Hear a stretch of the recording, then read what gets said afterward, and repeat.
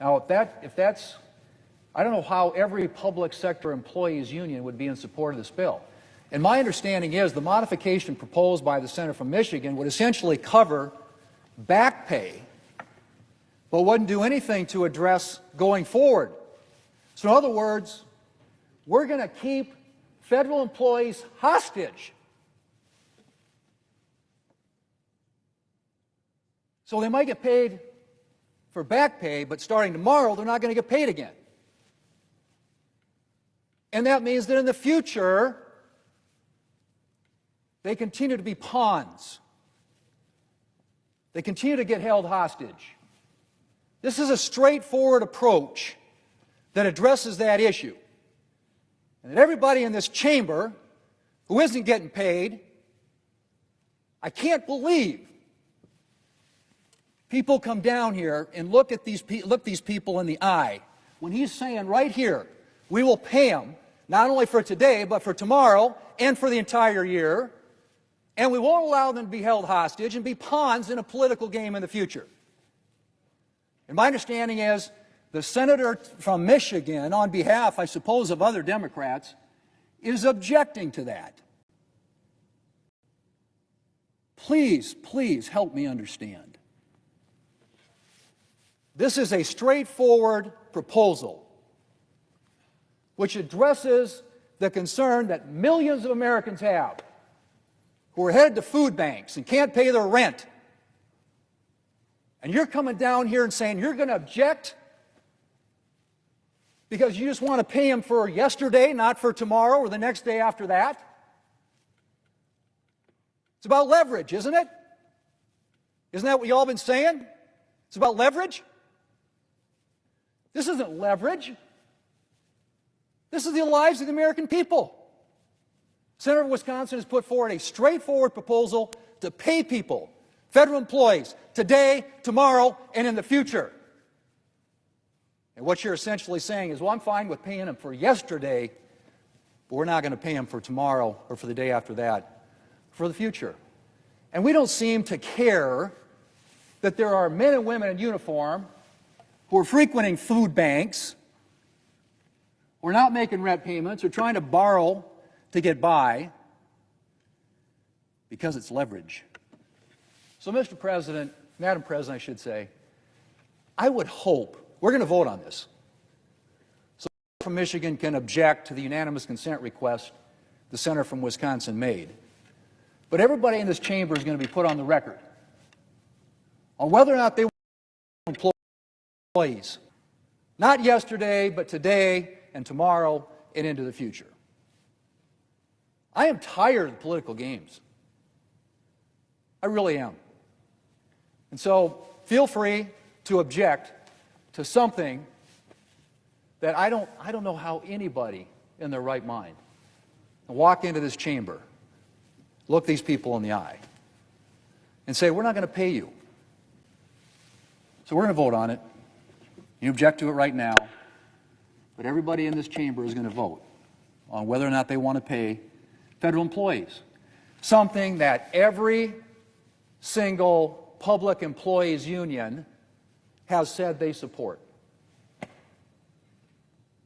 I yield back to the senator from Wisconsin. Reclaiming my time for briefly to reemphasize the fact, if we can pass this now, and again, Senator from Michigan, I'm literally begging you, do not object.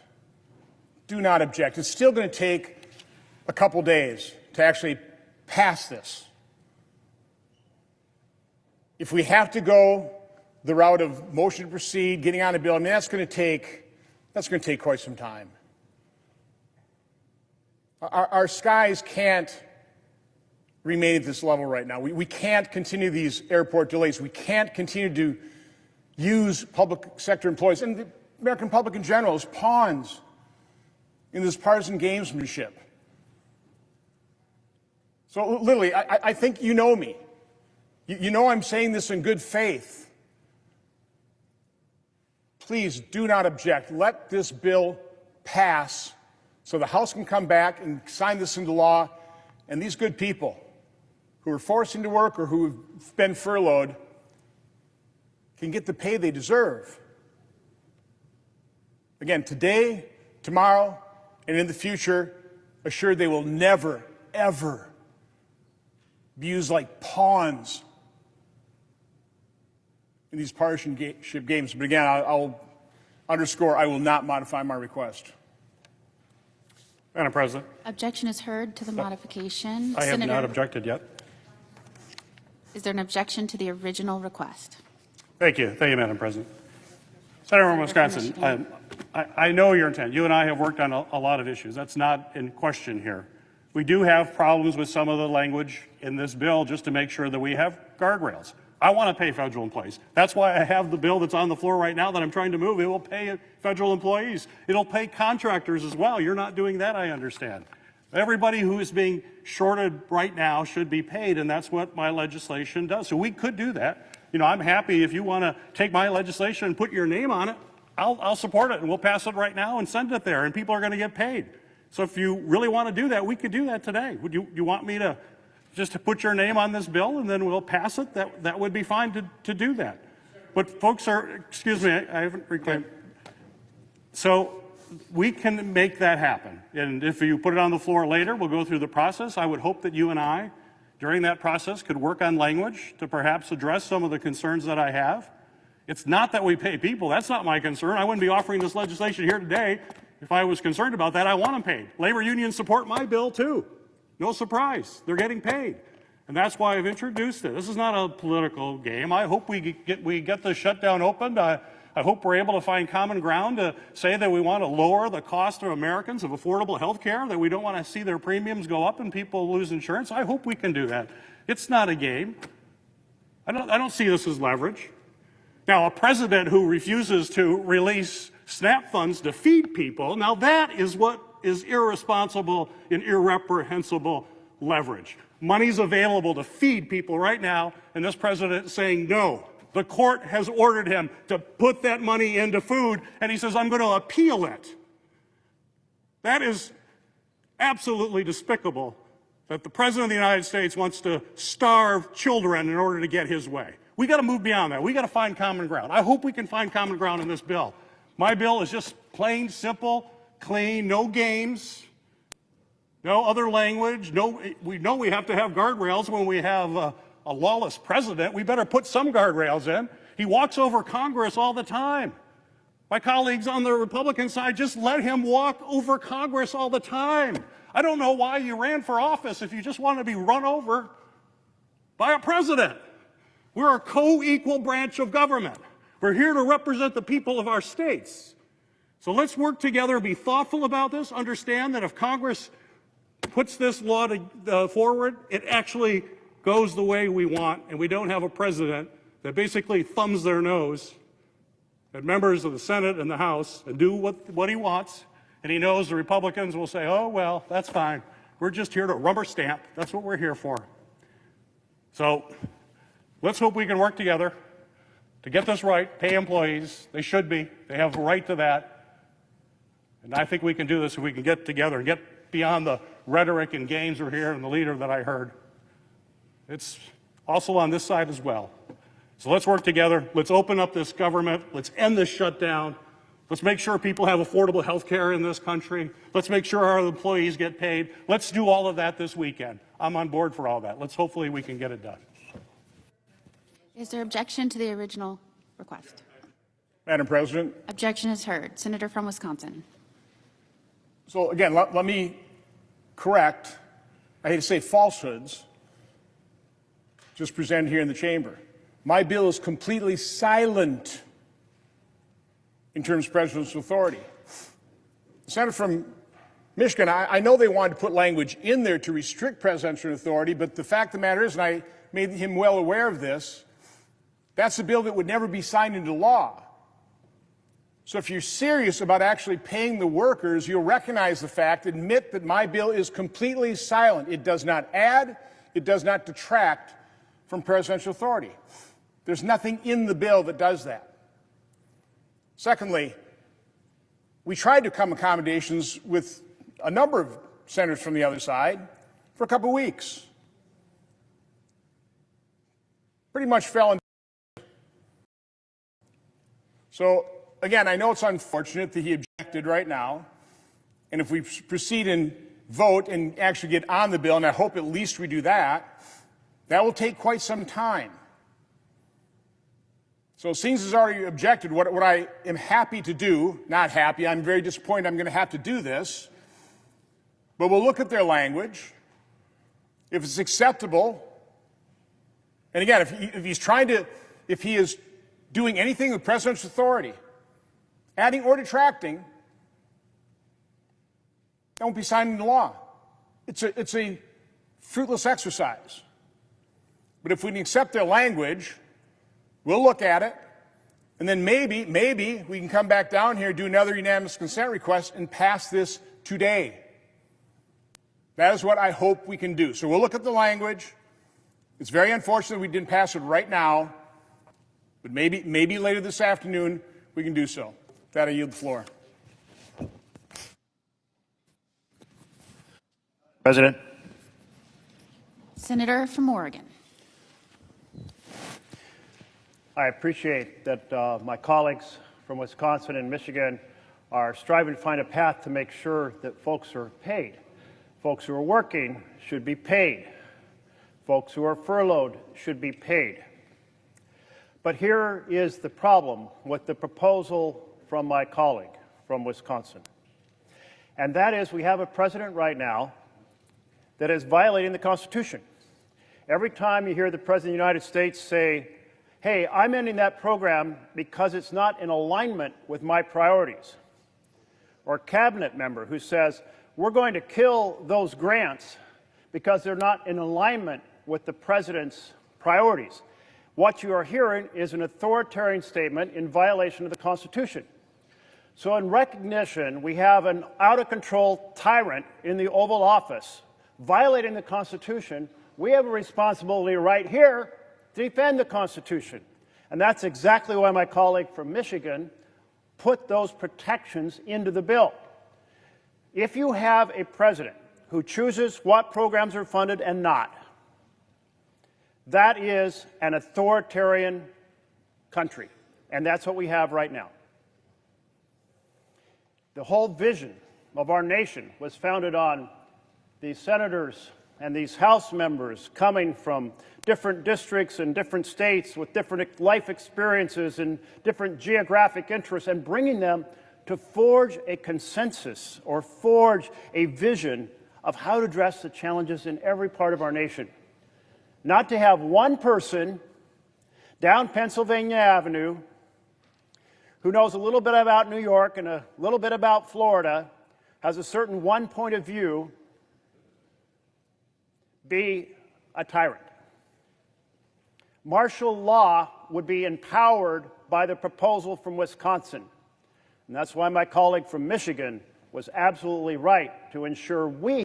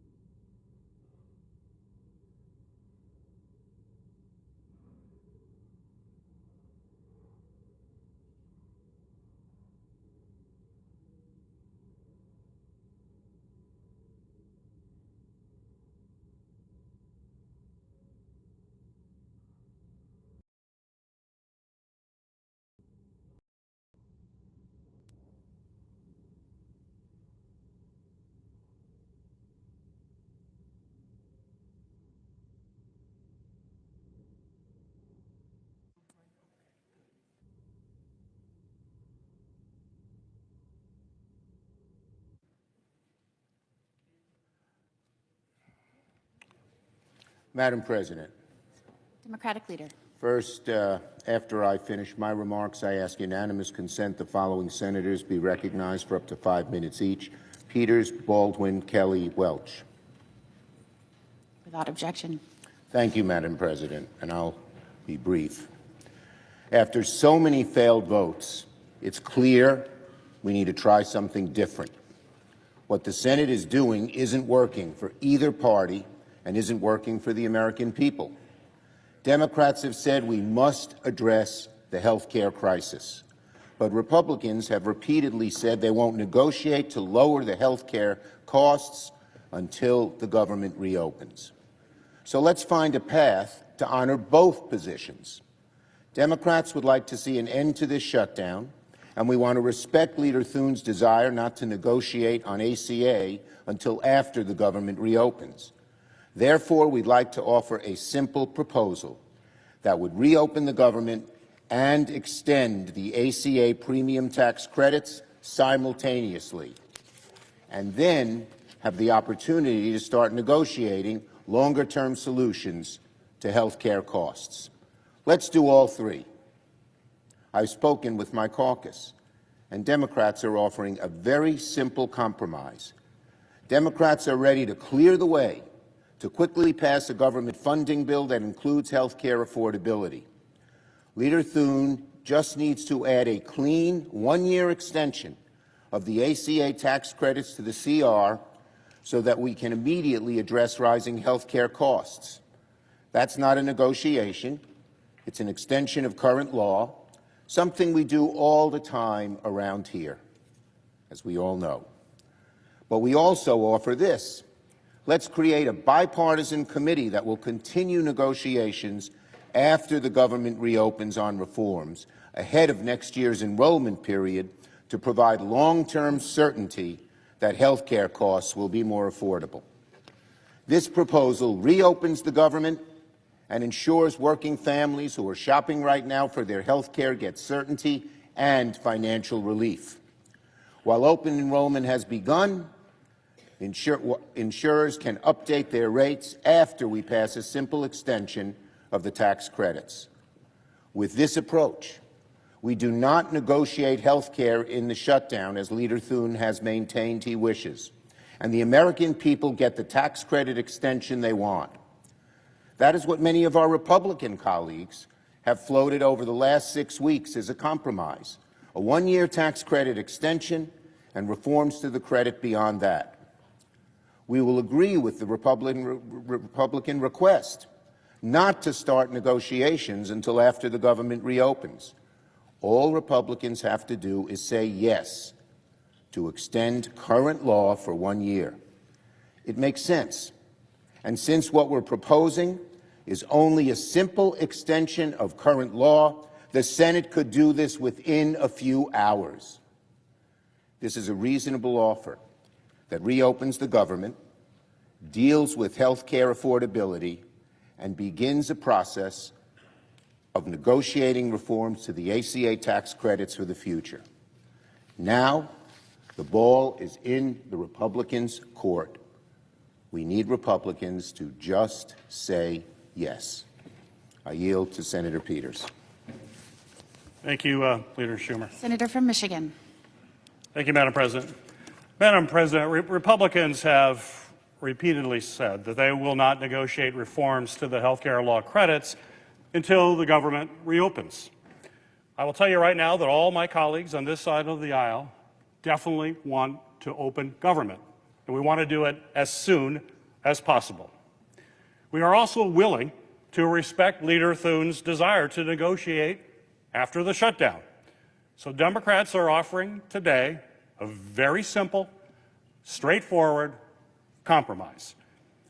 And if Republicans accept this, we could open the government today. Wouldn't that be fabulous?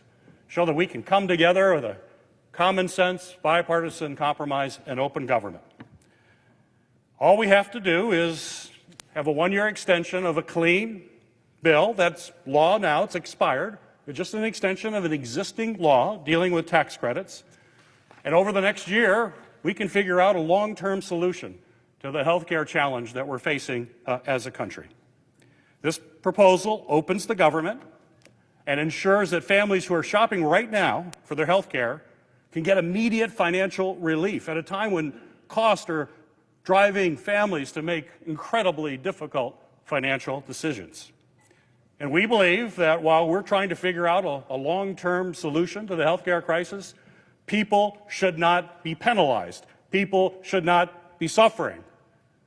Give the relief that they need now, and over the next year, we'll work together to find a more comprehensive solution. We know that right now our nation is experiencing a healthcare crisis where costs are skyrocketing and too many Americans are risking losing their coverage. Too many Americans are struggling to choose between food or gas or healthcare. And it's not just Americans in blue states, let's be clear. Families in every state across the country are paying these prices. Every one of us have families that are experiencing this now in our states. But we can take action today to give our constituents some immediate financial relief and prevent them from being priced out of the insurance market. We all want to end the shutdown. We want to ensure that government services can continue, and we want to ensure our hardworking federal employees get the pay that they have earned.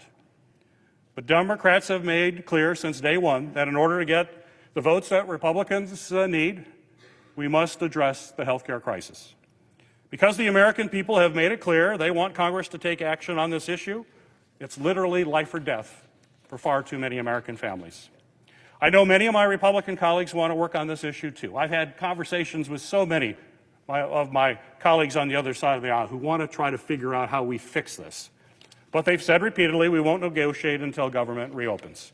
Leader Thune has said, quote, "Give us the votes to open up the government. Then we will have a conversation about some of these issues that you want to discuss." And I think health care is certainly something we are anxious to all talk about, end of quote. And perhaps most importantly, even President Trump has said he'd be happy to work with Democrats on health care policies, but only once the government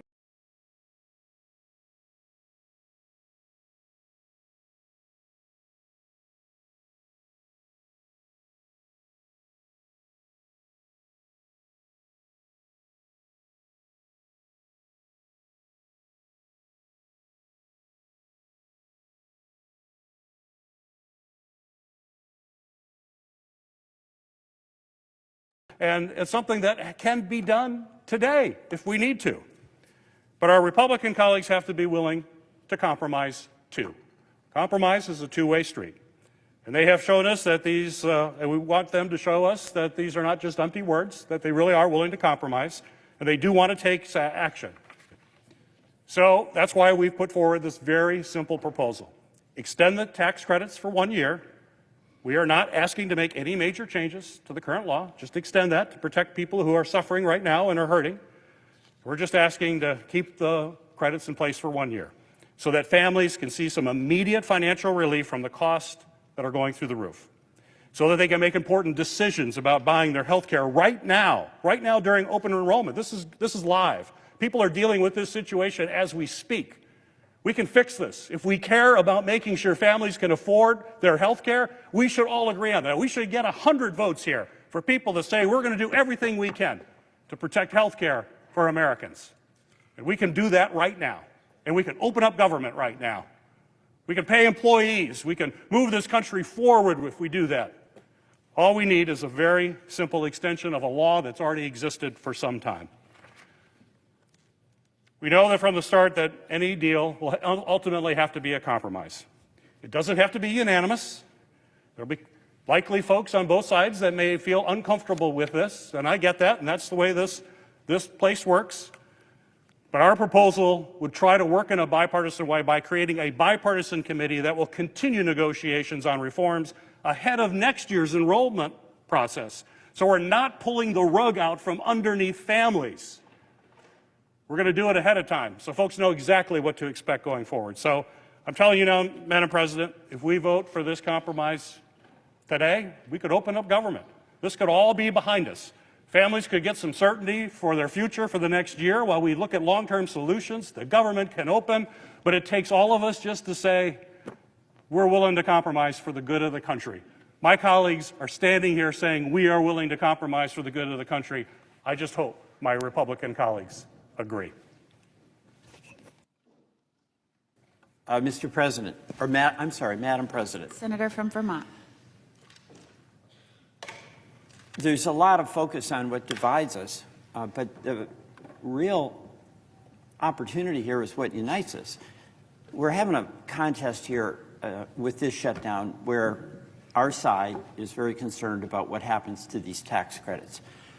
Your side is very concerned about using a shutdown as a tactic. I think we both have pretty valid arguments. And one of the reasons I think there's merit in our position is the reality that once the December 31st deadline arrives, people literally are going to lose health care. So what unites us? Both sides really do want to have all of government paid, and we want to be reopened.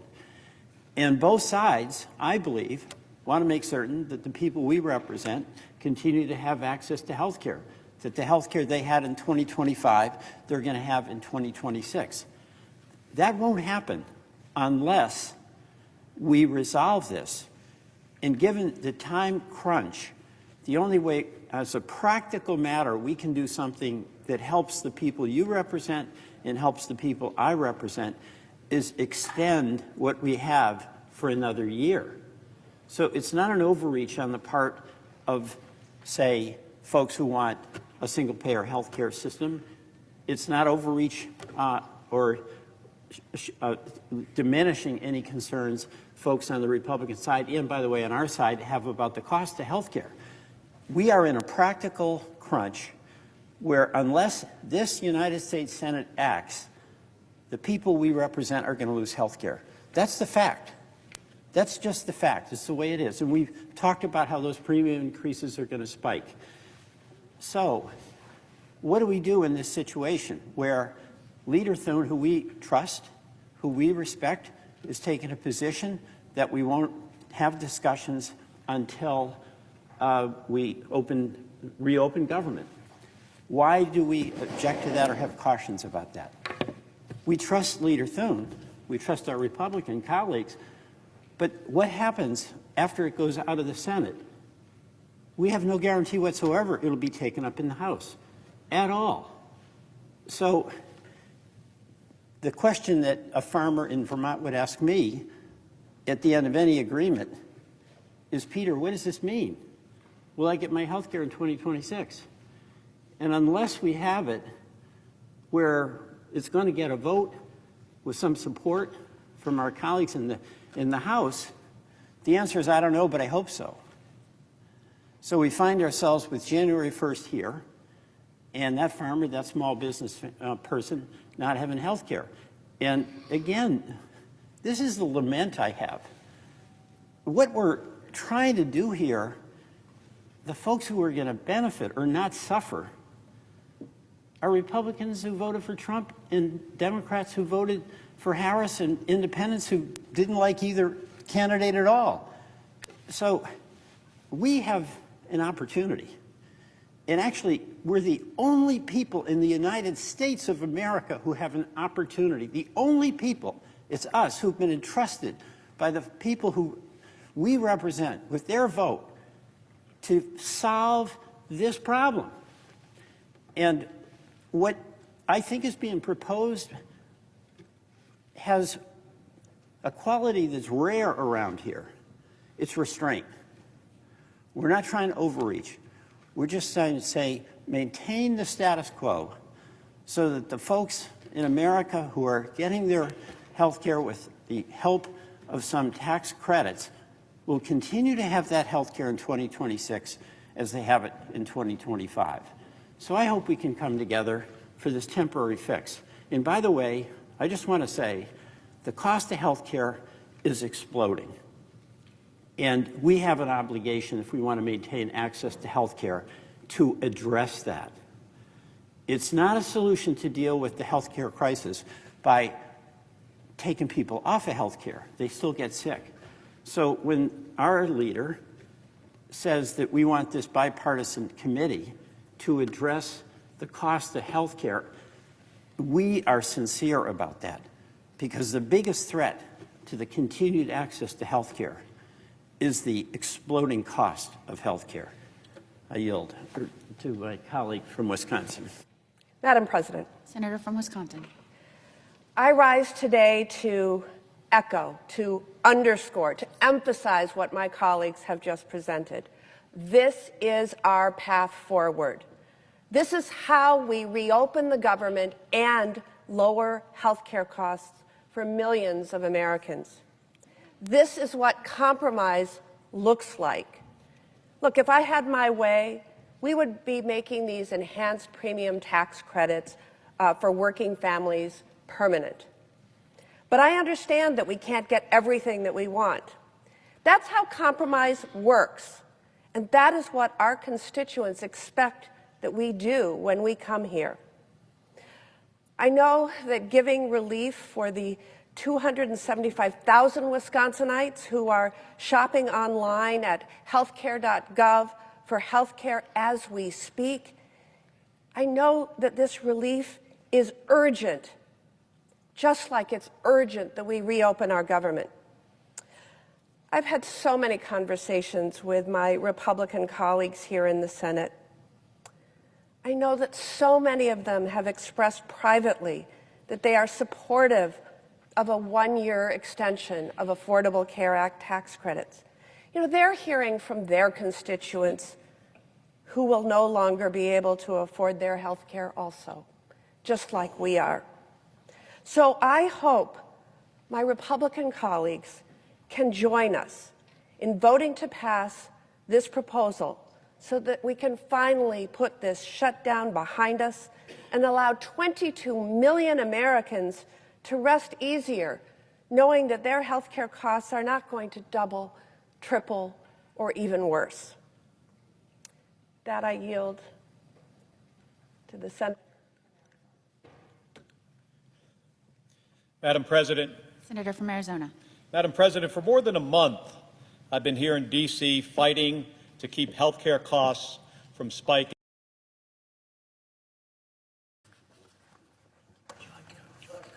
Senator from Colorado.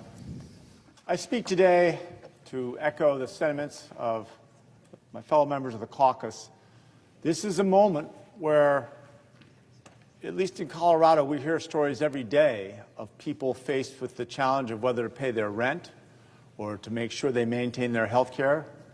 People who have pre-existing medical conditions that are worried that if they go off their health care now, they might be pushed into a circumstance where they can only receive attention in emergency room situations, defeating the purpose of their treatments. By going forward and taking a one-year extension, nothing new, but just a one-year extension, we allow all those people in Colorado and across the country to sort through their health care issues, to re-equilibrate, and to make sure that they are not left out in the cold. And I think that's the key here. We're looking at tens of millions of people that will either lose their health care or have dramatically significant increases in the cost of their premiums if we do nothing.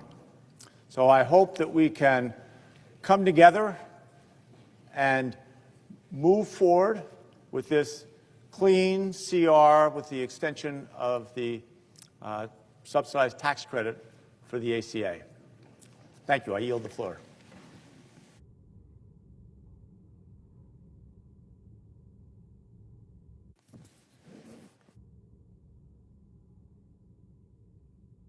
Mr. President. Senator Morgan. All across our country, in every congressional district, in every corner of every state, families are suffering. They're taking a look at what it's going to cost to buy health care for this coming year. And they're going, wow, I won't be able to afford that. I guess I'll go without. And we know what happens when people go without health care. And this is clearly not something that is a blue issue or a red issue. It's an issue for every family, affordable, quality health care. And I know it's not just a concern held by Democratic senators, it's a concern held by Republican senators. So we have a common desire, Democrats and Republicans together, to address this concern. I think about some of the folks who have written in from my home state, and I know my colleagues on both sides of the aisle are getting the same letters and the same phone calls Eric in Corvallis got a letter that his insurance premium is exploding from $183 to, get this, $1,588. Wow, that's, well, roughly a 7-fold increase. I heard from Leah in Eugene, whose monthly payment is going from $462 to $1,438. 3-fold increase. And Stacy in Lincoln City seen an increase from $1,300 to about $3,200, almost a $2,000 increase. So those stories are everywhere in our country. And there is so much work we can do on health care together. The President has said, let's negotiate on those complex issues after the government is opened. And those complex issues, they may be things like the cost-sharing reduction program. They may be the cost of drugs, pay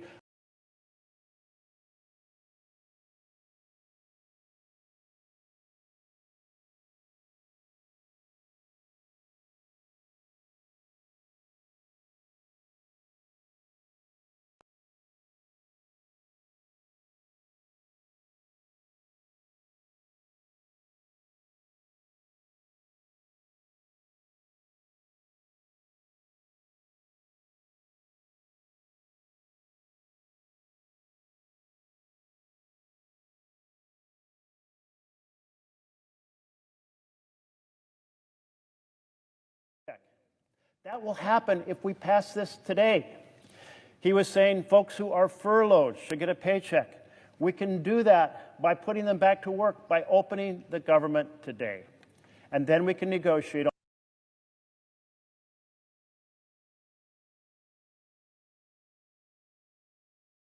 They are heroes for it is a compromise.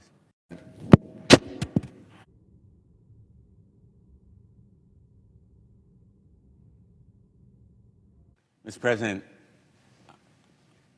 I thank my colleagues for this unified support for a measure that is eminently reasonable. I thank the leader of our side, Senator Schumer, for advancing this proposal. It is a compromise. It's simple and plain, and I'll be very blunt, it's not everything I would have wanted. Like the senator from Wisconsin, my friend Senator Baldwin, I would have wanted the health care tax credits to be permanently guaranteed. I would have wanted a guarantee as well that there be no rescissions or impoundments of funds, as this president has done repeatedly. I would have wanted a reversal of the firings, the so-called RIFs, reductions in forces, that have been eminently unfair, and a guarantee of back pay to everybody who has been furloughed. There are other provisions that, for me, were profoundly important. It is a compromise, and compromise is not a four-letter word. It is the way we get things done. And this picture of unity is worth 1,000 of my words, but it is also a clear response to a crisis that we face. And we face it today. It is a crisis in health care. It's a crisis in hunger. It's a crisis in air transportation. And for millions of Americans, it's a crisis of affordability. Nobody in America needed Tuesday's election to tell them that the costs of rent and electricity and food and all the other necessities in life are spiraling out of control. And yes, health care costs are spiraling out of control. And they are at the kitchen table right now across America, looking at the exchanges and concluding they simply can't afford those spiking premiums, multiples of 3 and 4 times, and at least twice what they were paying. And many of them are taking the risk that they will go without insurance.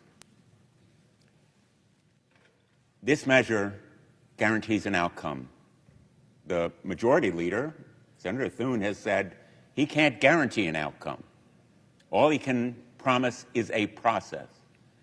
And I am unwilling to accept a promise of some vote at an indefinite point on an undefined bill sometime in the future, because the urgency of now for American families means they are making choices about whether they can afford insurance this moment for next year.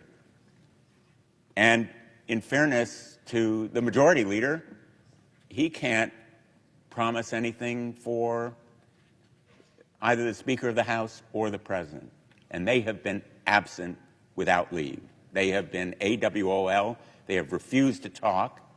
And we are presenting them now with a reasonable compromise that the majority leader can accept and our colleagues on the other side of the aisle should embrace. And the problem here is one of trust. What we've seen from the administration is a strategy of maximum pain to magnify political pressure. In just minutes from now, in the United States Court of Appeals for the First Circuit, this administration will argue that SNAP benefits should be ended after the President himself promised that they would be paid in full in compliance with the district court orders in Rhode Island and Massachusetts. There's no way to trust that SNAP benefits will be provided without a guarantee from the courts. The urgency that we face is also in air transportation. We all want people to be able to reach their destinations safely.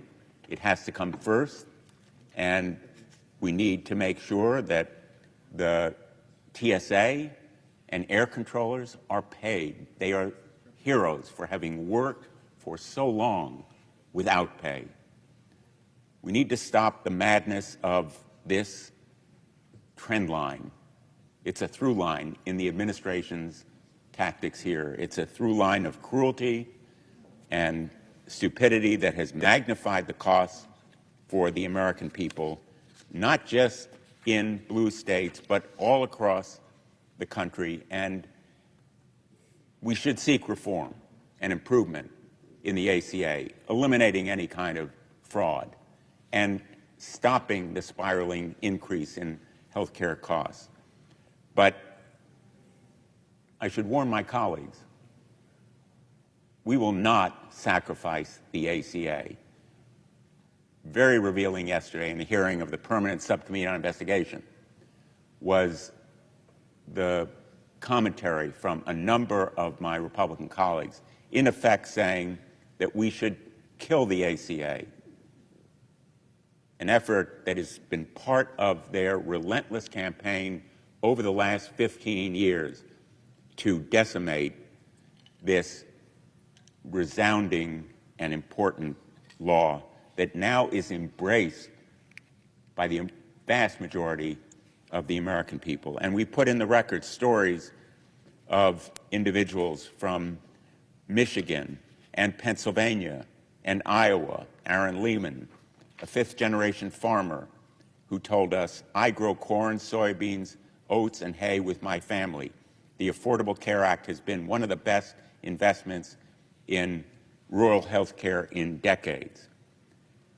We cannot afford as a nation to go back to the days when pre-existing conditions were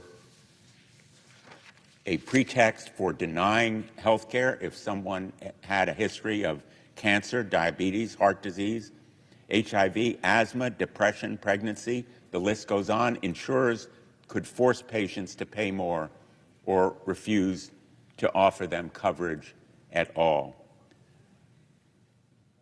Standing strong for the ACA very simply means providing health care to Americans. Extending the health care tax credits for 1 year is a compromise that makes sense. It will put the government back to work fully and capably and fairly, and I urge my colleagues to join me in supporting this reasonable compromise. I yield the floor.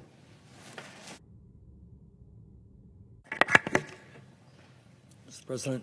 Senator from Vermont. Thank you. Mr. President, we are now in the 38th day of a government shutdown. That means that federal employees all over this country who have to feed their families are not getting paychecks. It means that air traffic controllers are forced to work crazy hours, and we worry about the safety of our flights right now.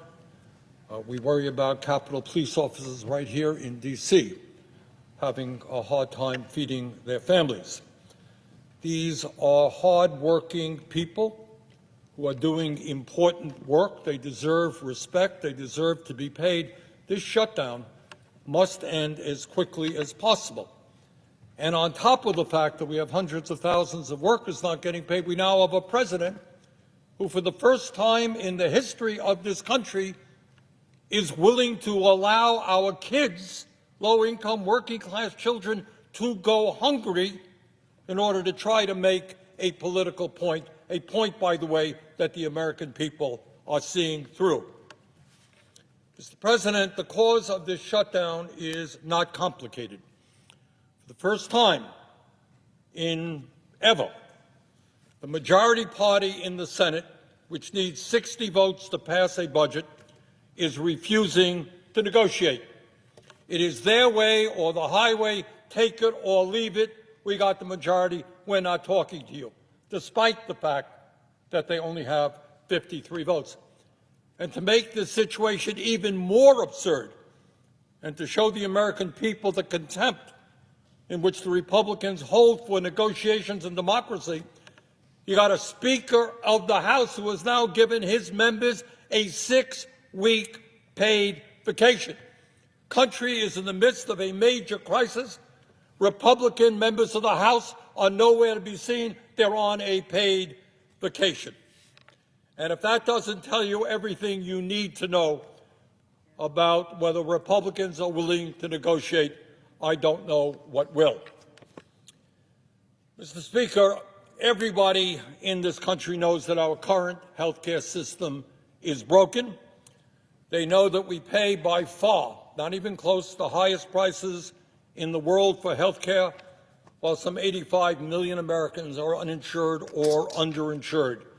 They know that we are the only major country on earth not to guarantee health care to all people as a human right, something which must change. And what they also know is that Donald Trump and the Republicans, through their horrendous big, beautiful bill, are making a broken, dysfunctional health care system even worse, taking it to the verge of collapse. That legislation is doubling premiums for over 20 million Americans who are in the Affordable Care Act exchange. And in my state, we are hearing from Vermonters who are being asked to pay a tripling of their rates and even a quadrupling of the rates. Who, in God's name, at a time when health care costs are already so high, can afford a doubling, a tripling, or quadrupling of their rates? That is insane. Nobody in my state, or I expect in this country, can afford to pay that.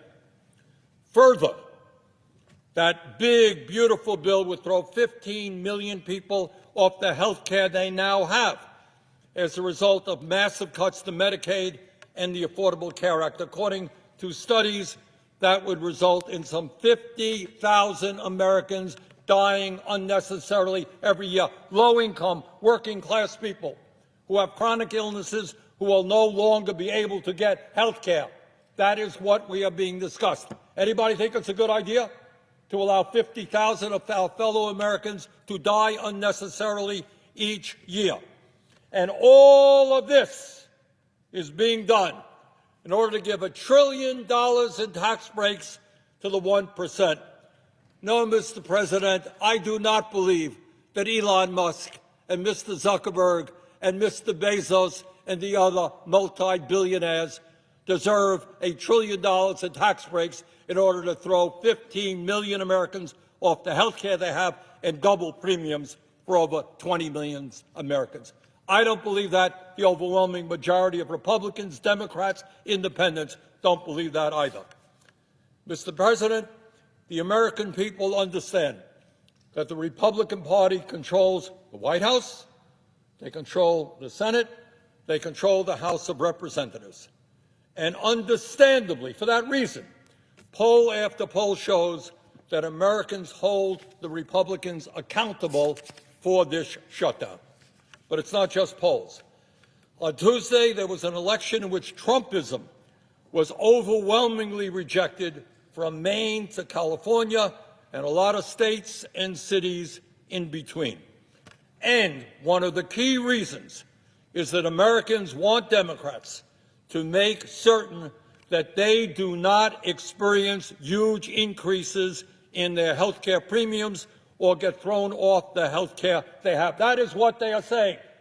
We cannot afford a doubling or tripling in our health care costs. Stand with us. That's what that election was significantly about. President Trump claims to be a deal maker. In fact, he wrote a book called The Art of the Deal. Well, Mr. President, the ball is in your court right now. Help negotiate a deal. Show us what a great deal maker you are. Help us negotiate a deal which protects the health care of tens of millions of Americans, and let us end this shutdown today. We can end it in the next few hours. So, Mr. President, that is what this struggle is about. That's what this shutdown is all about. It's whether Republicans succeed in making a broken and dysfunctional health care system even worse by making health care unaffordable for working class and middle class Americans. It's about whether millions of our fellow Americans no longer have health insurance and that many of them will die unnecessarily. So, Mr. President, we are hearing right now, every one of our offices are hearing tragic stories of families having to decide whether they can pay for their parents' cancer treatment, for example, or whether they will see a parent die without that life-saving care. There are millions of Americans now dealing with chronic disease. They're dealing with cancer, they're dealing with diabetes, they're dealing with Alzheimer's, they're dealing with health, with heart disease. And they are wondering, if they get thrown off the health care, premiums go so high, how are they going to stay alive? How are they going to take care of their parents, their kids? That is what this shutdown is about. And whether it is in Maine, New Hampshire, Nevada, or Vermont, the American people want us to stand with them. And that is what this whole debate is about. We cannot fail the American people. They are looking to us to make sure that they continue to have health care. Let us not betray them. Thank you.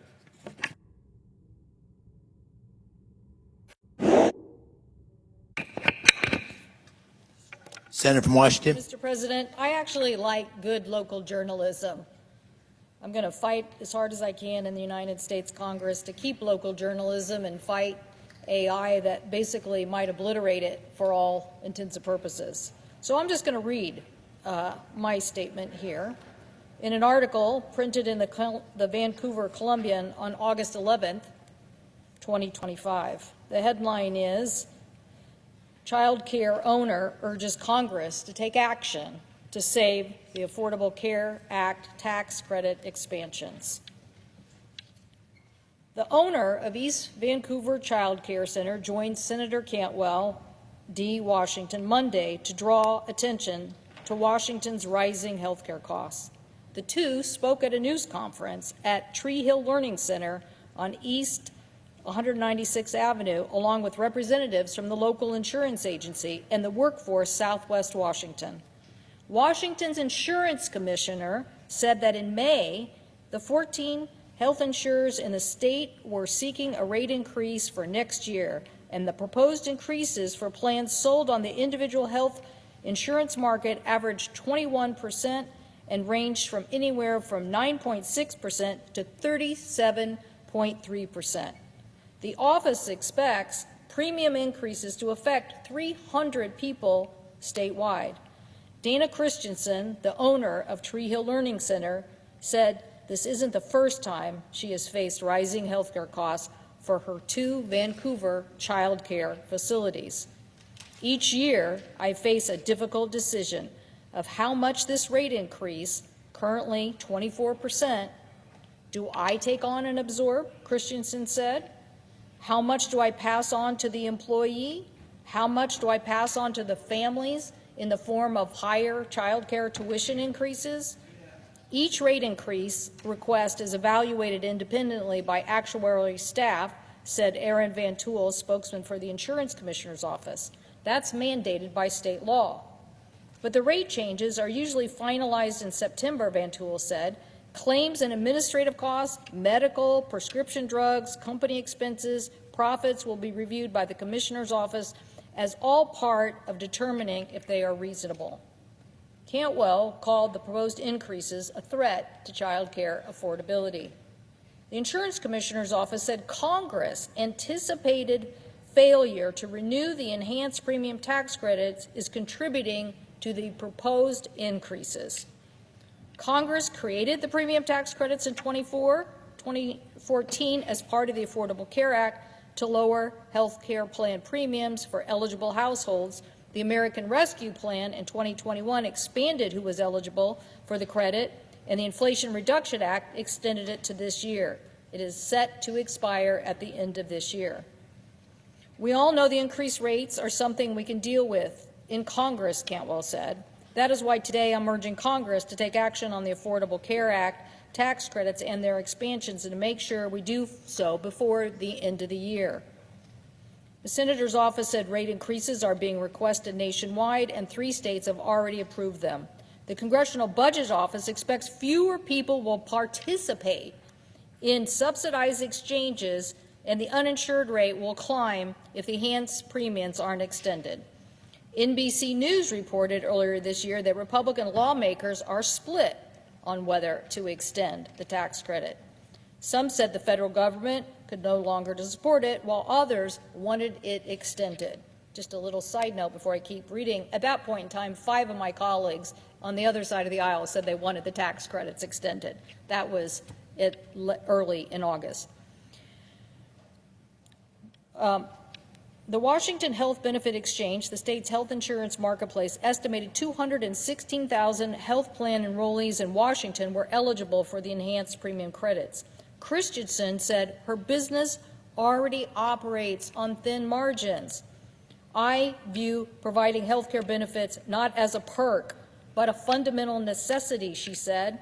I never want an unforeseen illness to financially ruin an employee or force them to neglect their health care.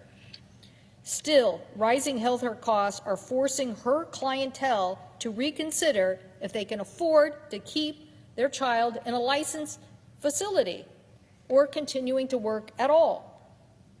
Quote, "We cannot solve this problem alone," Christensen said. "We need the support of lawmakers, the insurance industry, the regulatory agencies to address the root cause of the rates and increase disproportionately in the increases and disproportionately affecting those who need it most." As the clock continues to tick here, that's actually the end of the story. I wanted to read that story because that was August, and it showed at that point in time we had people on this side of the aisle who wanted to negotiate. They were in the news. I summated it by saying there were 5 people, but I'm sure there's more by now. So that is why we're asking with this simple proposal, let's open the government, extend these tax credits for a year, because we know there's bipartisan support in both the House and Senate to do that, and continue to reform this so we can keep this child care facility in Vancouver, Washington in business. Let's not make this. We've shared a lot of stories about individual people, but we haven't shared enough stories about the small business impact and the economic impact to employers when you take affordable health insurance away from them and they don't have options. This owner lamented in the story, which should I do? Do I absorb these costs and not be a profitable business? Do I make these employees not have health insurance? Do I raise these costs and then these parents can't have the child care that they need to stay? She told me on that day that literally some people decided to stop work because they no longer could afford child care. So this is ruining our whole economic picture by making insurance too expensive, by making the cost play too big a role in our economy and taking workers away from us. So I support this one-year proposal. I support us working together to reform the system. I've championed many things in the Affordable Care Act that have driven down costs, and I will work with any of my colleagues on the other side of the aisle to continue and expand that work, because it is important. It is important for us to continue to have affordability, particularly in health care, as we have a rising baby boomer population reaching retirement age. We have no other choice but then to focus on affordability. I thank the President, and I yield the floor. The Senator from Massachusetts. Mr. President, thank you. Millions of Americans are counting on Democrats to stop Donald Trump and the Republicans from raising health care costs. And I'm here to say Democrats will not back down. Fighting to lower health care costs is a righteous fight. For too many Americans, health care premiums are going up by hundreds or even thousands of dollars a month. Who has that kind of money? Just this week, I talked to a woman in Florida, practically in Donald Trump's backyard. She is a wife, she is a mother of 4 lively kids, and she is about to lose her health insurance because of Trump's cuts. So what does that mean for her? She has malignant melanoma, and now she is looking at canceling her ongoing treatments because once she loses her insurance, she cannot afford treatment for her cancer. That is deeply, deeply wrong. Democrats are in this fight for the right reason, and Democrats will stay in this fight for the right reasons. In July, congressional Republicans worked hand in hand with President Trump on their biggest passion project, jamming through a bill to hand out massive tax cuts to millionaires, billionaires, and giant corporations. And then, just to put a little extra whipped cream on top of their Republican ice cream sundae, they paid for those billionaire tax cuts by slashing health care coverage for millions of Americans. Every single Republican voted for it, and every single Democrat voted against it. And when the Republicans voted to cut health care funding last July, Democrats said, we cannot sign off on a 2026 budget that cuts health care for millions of Americans. On September 30th, the 2025 budget expired, and Democrats were ready to negotiate to get some of those health care cuts reversed in the 2026 budget, but the Republicans didn't want to negotiate. Nope. The Republicans decided they would rather shut down government than offer a single nickel to help Americans manage health care costs. They told Democrats to vote for the Republican spending bill, take it or leave it. And they have repeated their take it or leave it through 15 votes and 38 days. Now, Democrats have asked over and over and over and over to negotiate to help Americans with their health care costs. But Donald Trump and the Republicans flatly refused to even talk to Democrats to try to get the government back open. Not even once have the Republicans been willing to negotiate. Not once. So, where are we now? Well, Trump tweeted 7 times in one day about his brand new marble bathroom at the White House, while Americans turned to crowdfunding to pay for their health care and grocery bills. Trump hosted a Great Gatsby-themed party while he turned off food assistance for millions of Americans. You know the message to 42 million Americans from Donald Trump? Eat dirt. And Trump is weighing the important idea of etching corporations' names into his grand new gold encrusted ballroom, while millions of Americans who lose their health insurance will get sick and be forced to decide whether to give up care altogether or go bankrupt trying to pay for it. Meanwhile, Republicans in Congress are in disarray. The House is now in its 7th week of pay.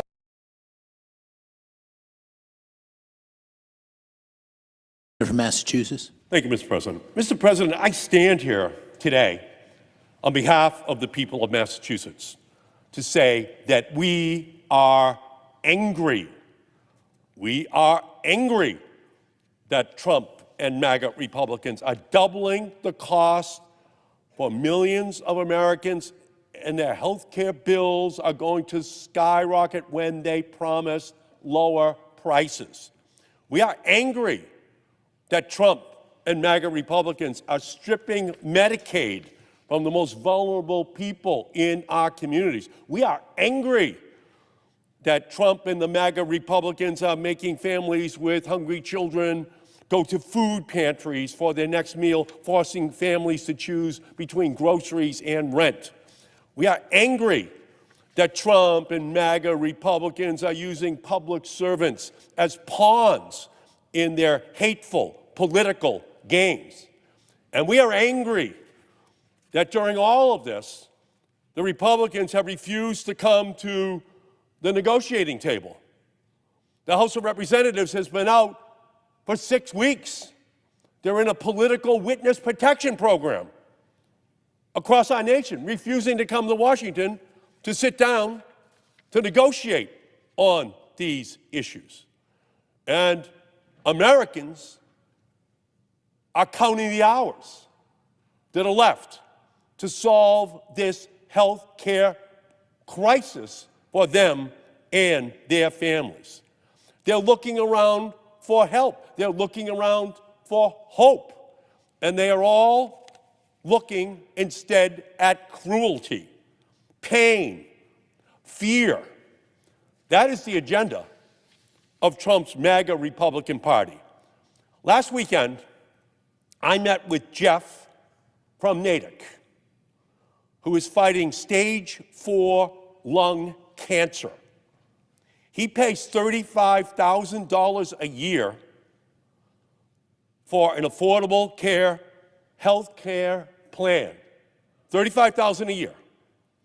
If he can't keep that insurance plan on December 31st, he will have to pay $300,000 a year. Jeff does not have $300,000. That's about to hit him in about 7 weeks. Barbara, she retired early to take care of her spouse with dementia. Her bill's going from $7,500 a year to $18,000 a year. She cannot afford that. There are 22 million stories like Jeff, like Barbara, 22 million of them, who are facing Thanksgiving and Christmas over the next 7 weeks, and there are no answers for them. 22 million people. That's outrageous. These people are afraid and they're angry. By the way, we saw a lot of that anger come out on Tuesday night. They came out angry. They came out of fear to vote. That's what happened. And it's only going to build and build and build as each day goes by, and we cannot get an answer from the Republicans on how are we going to handle those people? How are we going to give them what they need for those families?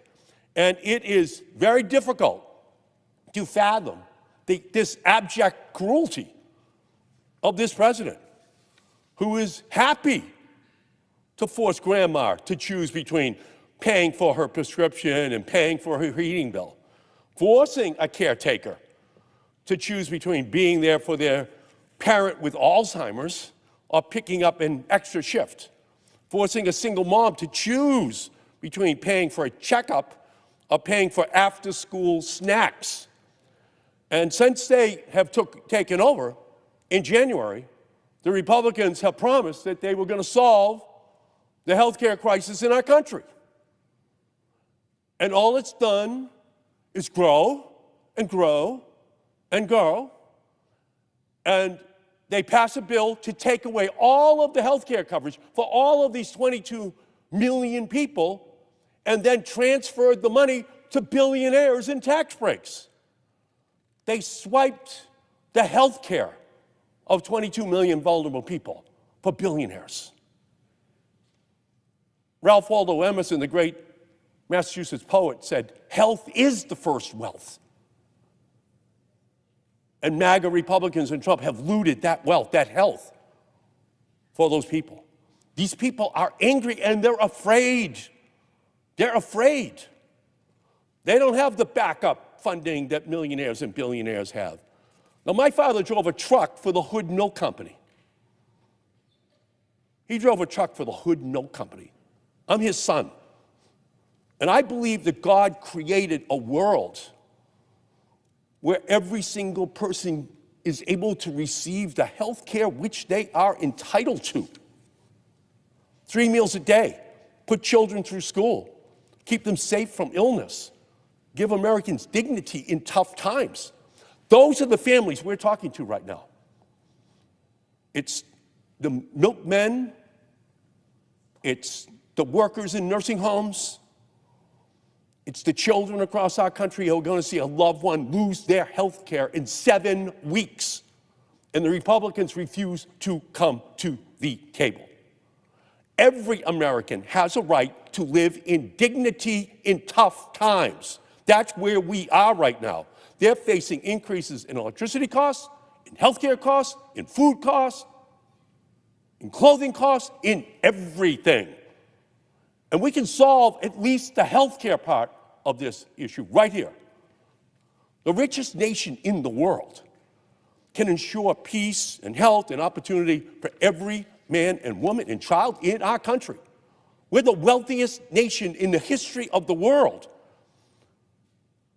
And the Republicans are about to let 22 million of them lose their health insurance or see it increase by double or triple, or in the case of Eric from Natick, 10 times, from $30,000 a year to $300,000 a year, and he is in stage 4 lung cancer? And we're not even discussing this. The House of Representatives is in a vacation for 6 weeks. Well, those 6 weeks, if you project them forward from now, we're talking about Christmas. That's what we're talking about. What are we in the world is in the mind of Donald Trump that he would allow these families for the next 6 weeks to worry about where the coverage for their family is going to come from? The very least we can do is extend the Affordable Care Tax Credits for 1 more year and provide some desperately needed relief for those who are struggling to get by, who need our help right now, who need the peace of mind right now. Those 220 Republicans on that political witness protection program that they're on across the country, they're going to have health insurance for their families. They don't have to worry this Thanksgiving or Christmas about the conversation that's going to take place. And all we're asking for is a vote to provide that health care for the next year for those families and reopen the government so the federal workers can get paid and go back on the job. Pretty simple. And we're looking for any Republican anywhere to come and discuss it with us, negotiate it with us. And they just keep saying no. So this anger that people are feeling, these people are pissed off at the federal government, pissed off that they're losing coverage for their family members.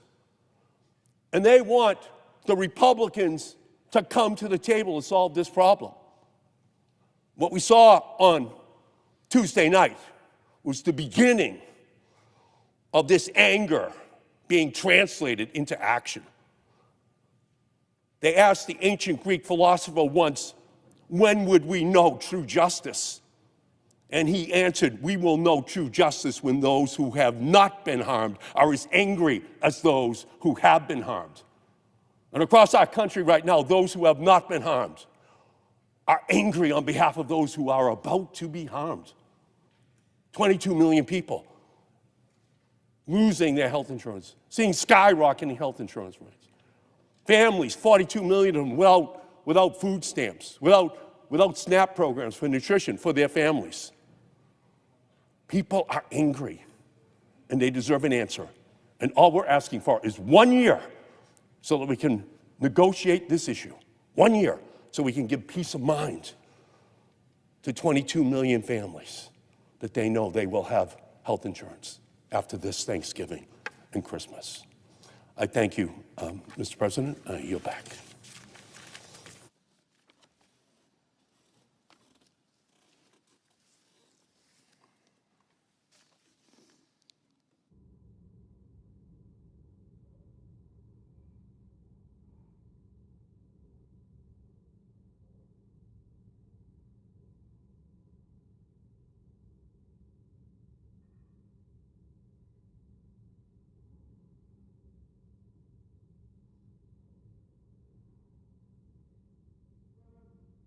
Senator from Oregon. President, I support this partisan basis again. The first Trump administration used them to great success. Just because a good health care policy was created in a crisis moment doesn't mean it ought to be ripped away from Americans once the crisis is past, especially when ending that policy would create a new crisis for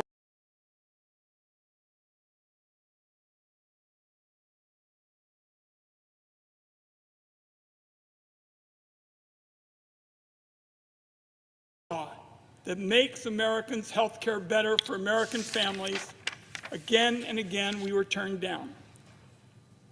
So, on the Senate Finance Committee, everybody knew this day was coming long before Donald Trump took the oath of office. Now the crisis is here, and I'm here to say our door is still open. The Senate Finance Committee has a track record of getting bipartisan work done. Senator Crapo and I wrote a bill that transformed how pharmacy benefit managers work in Medicare. It passed the Finance Committee 26-0. Despite this track record, Republicans still refuse to sit down and even have a conversation about how to help these Americans afford their premiums. That's why we've all been out on the floor today. I'm in the fight for Bart and Carla from Eugene, Oregon. A few years away from Medicare, they've had long careers as a carpenter and a teacher. They worked hard. Now the rug is being pulled out from under them. They've been paying $400 a month in premiums. Without an extension of the credits, they're going to pay $2,200 a month. That's an increase they just can't handle. My Republican colleagues have provided a host of excuses about why they can't work with us, but the excuses don't hold water. For example, there have been allegations of fraud, the same straw man that they used to make the largest Medicaid cuts in history. Republicans pretend they're fighting fraud, but really they're just pushing up costs and kicking working people off their health insurance. And so, to again try to bring everybody together, we introduced legislation that would prevent bad actor brokers from enrolling or switching people into plans without their knowledge. That way we could slap fraudsters with criminal penalties when they harm consumers. On the Republican side, after all the talk, no co-sponsors. Finally, there's been an excuse that says this policy was created during COVID, and now that the pandemic has passed, the tax credits ought to lapse too.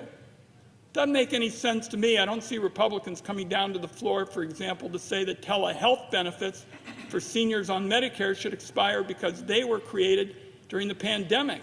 This is something I feel strongly about. As my friend from Minnesota knows, I wrote that with the late Orrin Hatch on a bipartisan basis again. The first Trump administration used them to great success.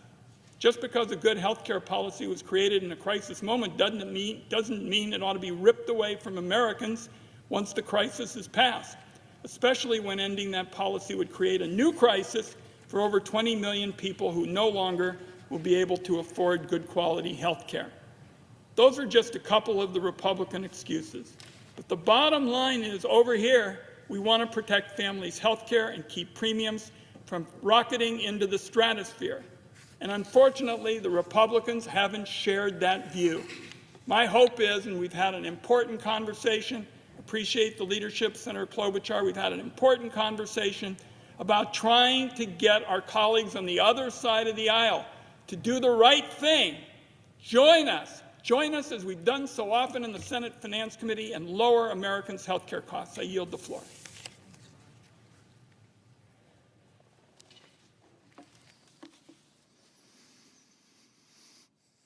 Mr. President, Senator from Georgia.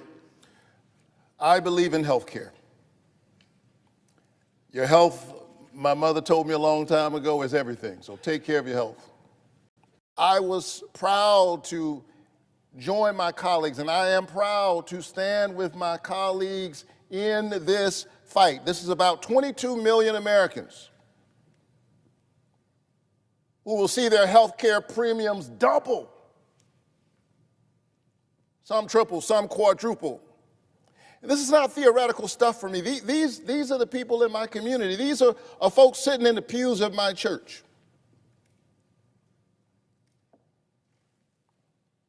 And many of them will lose their health care if something doesn't happen.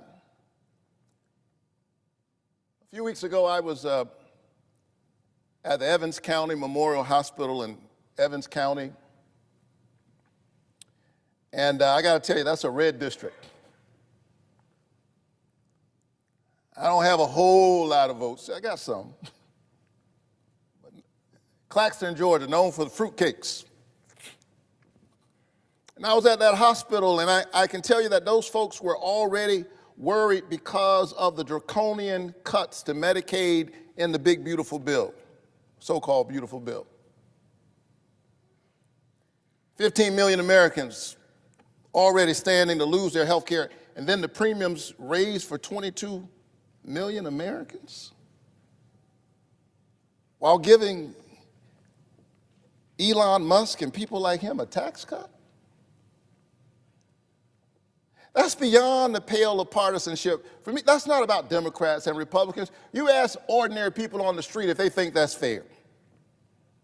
I can tell you that those folks in Evans County, many of whom who did not vote for me, but I am fighting for them because I am their senator too. They're worried about it. And so that's why we've been in this fight, and that's why we continue to stand to this very day. It's day 38.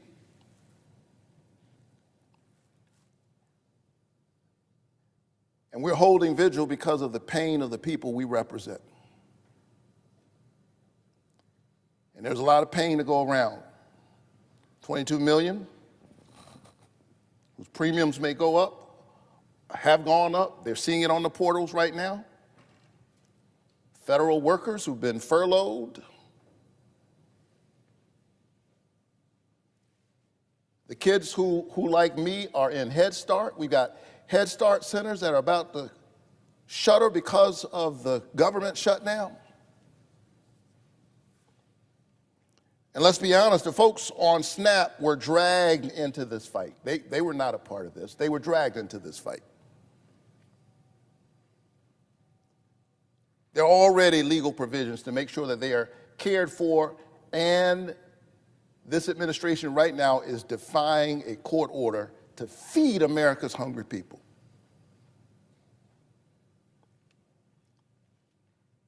With all of that pain, from the crisis in health care, from the ongoing government shutdown, we come to our sisters and our brothers on the other side and we extend the hand of compromise. Because it hasn't taken me long to learn that really that's the only way you get anything done in this body. I work all the time with colleagues with whom I disagree about 90% of the time. Because it's not about them and it's not about me, it's about the people we represent. And the founders were wise to organize our government in such a way that that's the only way to have sustainable change, is to do it in a bipartisan basis.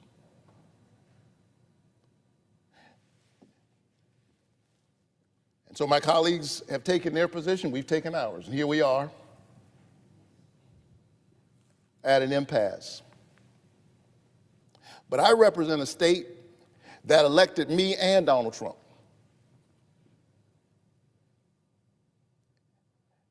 And so they expect us to figure it out. Sometimes when I'm driving my car, I've got a 9-year-old and a 6-year-old, 9-year-old daughter, 6-year-old son. Sometimes they're in the backseat having a disagreement. He looked at me. She touched me. And they say, Daddy, you know, they call on me. And here's what I say more often than not. Figure it out. The two of you on the back seat of the car, that's your sister, that's your brother. We're all in the same car. We're trying to get to the same destination. Figure it out. We're all in the same car tonight.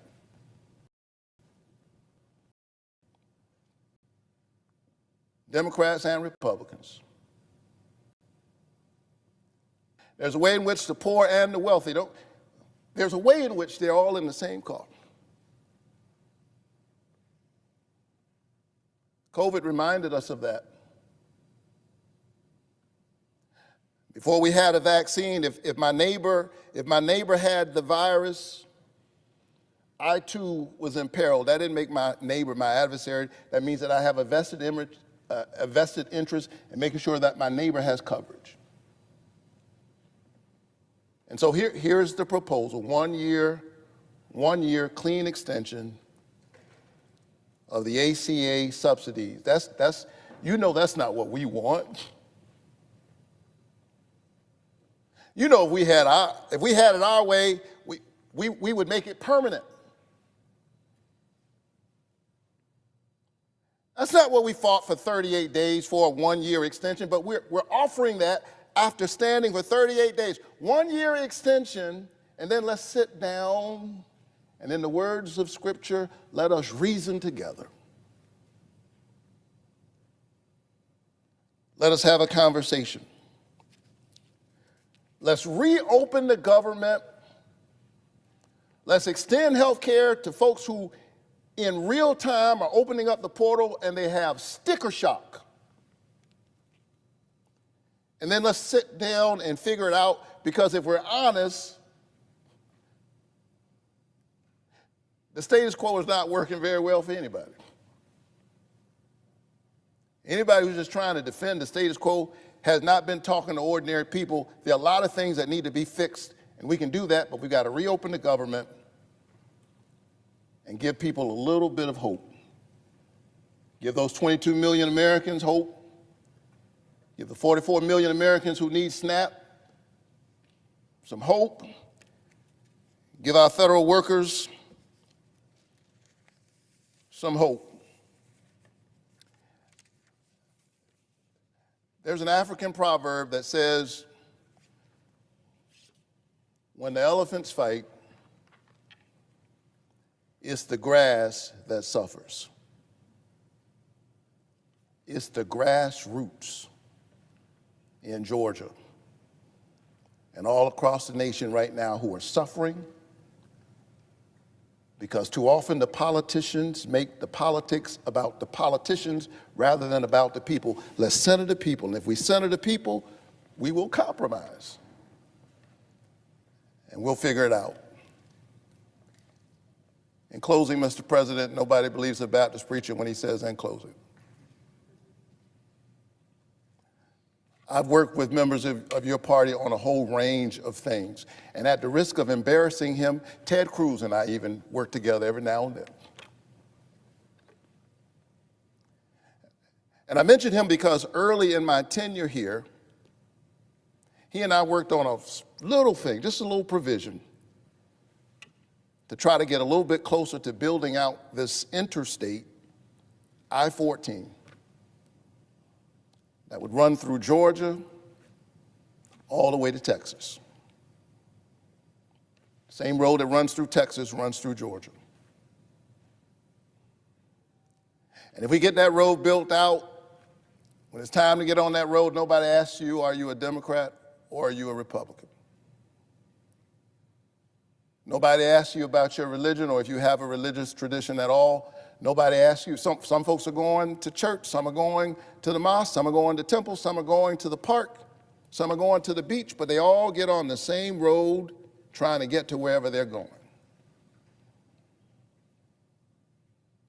There is a road that runs through this American experience.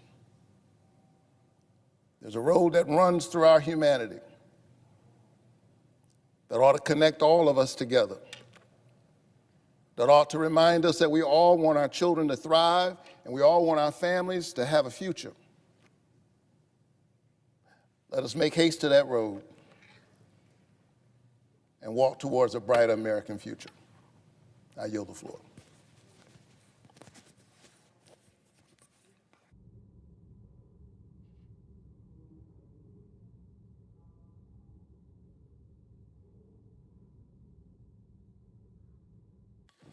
Mr. President, Senator from Minnesota. I note the absence of a quorum. Clerk will call the roll. Ms. Alsterbrooks.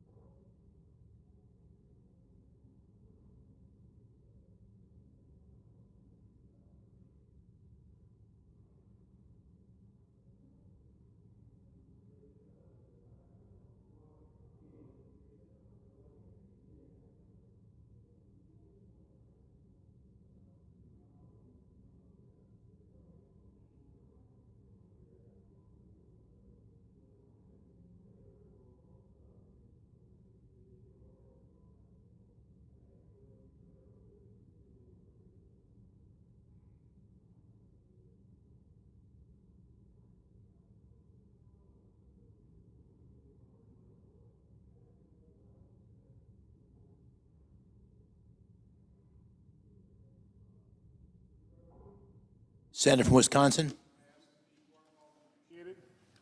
Without objection.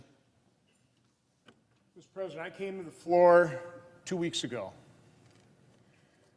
with a completely nonpartisan, very sincere attempt. The bill that we called the Shutdown Fairness Act, to simply pay the federal workers who we were requiring to work. The finest among us, the members of our military, people in federal law enforcement, TSA, the air traffic controllers who keep our skies safe. Now, when I was asking the Senate to proceed to that bill, the senator from Maryland offered an alternative. He called it the True Shutdown Fairness Act. The main difference is his was only going to be for 1 year. My bill's permanent. Permanently stops using federal employees and the American public as pawns in these sick partisan games. The other difference was my bill is focusing on the people we were forcing to work. His bill added furloughed workers. So on the floor 2 weeks ago, I said, if you're serious about passing this bill, if you're serious about stopping, and he said we can't punish federal employees for our dysfunction. If you're serious about that, I told the senator from Maryland, vote to get on the bill. I will include that. I will convince our conference to include furloughed workers, get on the bill, we'll amend it, we'll get this passed, we'll start paying people. He rejected that offer. Now we started having discussions. His staff immediately acknowledged the fact that my bill did not in any way, shape, or form impact the president's authority in terms of who determined who was furloughed, who gets, included in reduction in force. It was silent. Even though they falsely accused my bill of giving the president greater authority, it didn't. I came to the floor again today to pass an amended bill with furloughed workers. By the way, a bill that is now supported by the American Federation of Government Employees. I believe that's the largest public employee union, the Federal Managers Association, Federal Law Enforcement Officers Association, National Air Traffic Controllers Association. And we're going to have the senator from Texas come down and talk about what is happening with air travel as we speak. The International Association of Firefighters, the Association of Flight Attendants. These are public sector unions that generally don't support Republican legislation. What they particularly like about my bill is the fact that it's permanent. It prevents federal workers, and quite honestly, the broader American public, from being used as pawns, again, in these sick political games being played right now with their lives. So, in a few minutes, we're going to proceed to vote on a motion to proceed to my original bill. That's how this works. The leader voted no, so he can bring it up for reconsideration. So we have to bring that bill up. But we already have the language for the substitute amendment, which includes furloughed workers, that has been vetted by, quite honestly, offices, both Democrat and Republican Senate offices, by the Office of Management and Budget, by the public sector unions who have come out in support for it. This is a bill that is ready for prime time. This is a bill that is ready to be passed tonight. Now, it was unfortunate that we couldn't pass it by unanimous consent, because had we done that, the House is on a 48-hour callback, and they'll come back. The Speaker has already said they will pass this in the House, and we can get our military members, air traffic controllers, these federal workers who keep us safe, we can get them paid. So again, I'm just asking, I'm actually pleading with our colleagues on the other side of the aisle to please vote to proceed to this bill.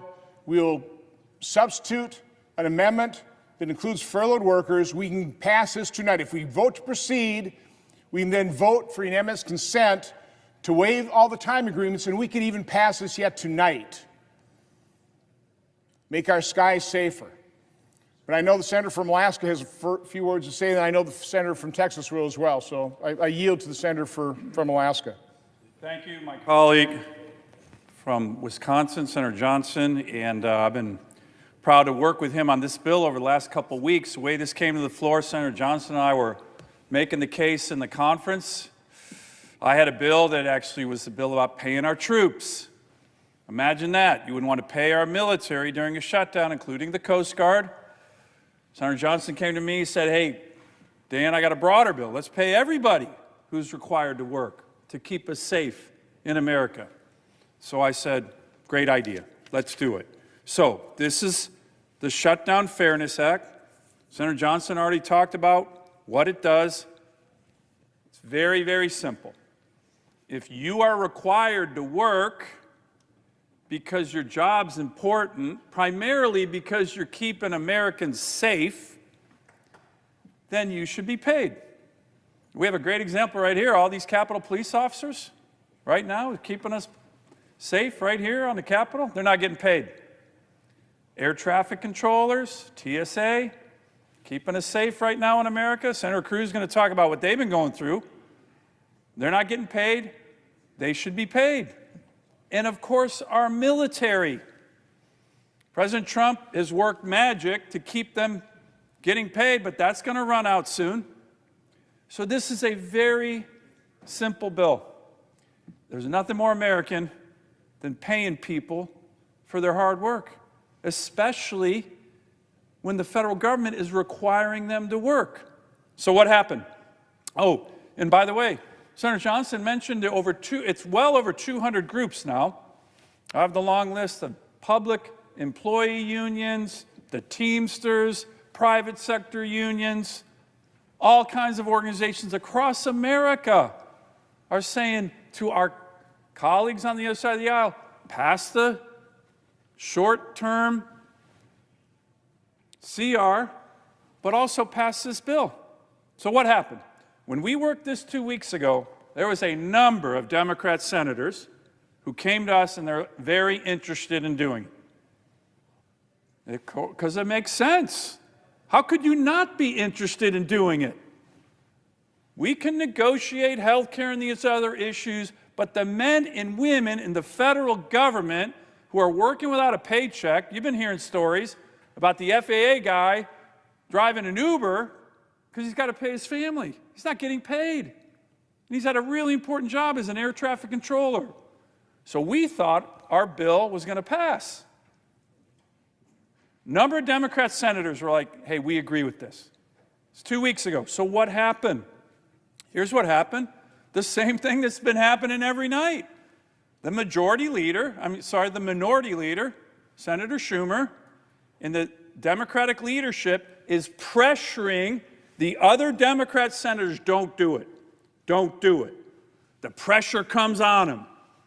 It's happening right now. The pressure comes on. Don't do it. We got to make sure the left wing of the party's happy. You heard Senator Schumer recently that we're, quote, winning. We are winning the shutdown.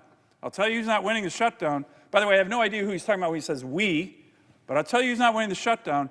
The men and women in America who work for the federal government who aren't getting a paycheck and are required to work. So that's what happened last time. Democrat senators were going to vote for our bill. And the leadership on the Democratic side, because they want to use these people as leverage, convince them, pressure them not to vote for it. So I hope my Democrat colleagues, at least 9 of you, actually it's 8 of you, have the courage to look at your leader and go, you know what, Chuck, sorry, I'm going to pay the Marines. I'm going to pay the Navy. I'm going to pay the FAA. I'm going to pay TSA. And we're certainly not going to use them, as Senator Johnson said, as pawns. Because right now they're being used as pawns. So here's the deal. To my Democratic colleagues, 2 weeks ago, a number of you were going to do this. We had discussions. And then you kind of got pressured to not. Show some courage. Walk up and vote with us to pay the men and women in America, federal workers who are keeping us safe and haven't gotten a paycheck. There's nothing more American than that. Have the courage to do it. I yield back to my colleague from Wisconsin. And I want to thank the Senator from Alaska. He has been so dedicated. He's been so tenacious in making sure the finest amongst the men and women of our military get paid. And then, signing on to my effort to broaden this to all federal employees. Again, as you said, they shouldn't have to go to food banks. They shouldn't have to drive DoorDash to pay their child's tuition or to feed their families. This is ridiculous. But we had a chilling report from the senator from Texas, the chairman of the Commerce Committee, in terms of what's happening with air traffic control in terms of our skies. But before we turn to the senator from Texas, we're going to go to the senator from Wyoming has a few words to speak on this bill. Thank you, Mr. President. And I want to thank Senator Johnson for his dedication to try to pry the federal workers who are being used in what is a political battle, and I want to excuse them from a partisan political battle that is not of their making, so they can go back to work and serve the American people. So what we have here is a political standoff between Democrats and Republicans in Congress. It has nothing to do with the air traffic controllers. Some of them are Democrats, some are Republicans. It has nothing to do with any other essential or furloughed federal worker. Some of them are Democrats and Republicans. Some of them probably agree that we should shut down the government so insurance companies can make billions more dollars off the American taxpayers under Obamacare. Some of them are Republicans and think that we should open the government and work out this health care mess after we open the government. But regardless of that, they're not in a position to make those decisions. We are. So here we are, in the longest shutdown in government history. The Congress is responsible for it. It's political, it's not policy driven. So since we're going to argue about politics and who's winning and who's losing and who's setting themselves up to have the next president or win the midterms, instead of worrying about whether the airways are safe, whether WIC is funded, whether SNAP is funded, whether workers are funded, whether the military is funded, since we're going to fight over who's going to win the election a year from now, let's excuse the people who are not responsible for this dysfunction from our dysfunction. That's what Senator Johnson is trying to do. Now, we all agree, Democrats and Republicans, that this is not fair to federal workers, people who are in the military, who are air traffic controllers, who are essential, who are furloughed. It's not fair to them. We all agree.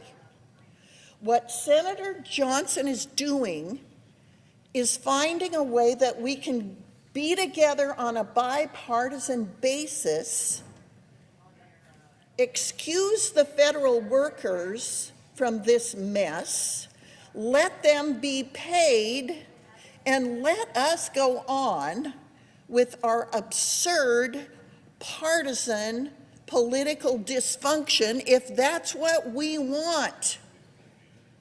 If we want to fight about health care, it's my opinion we ought to do it after we fully open the government.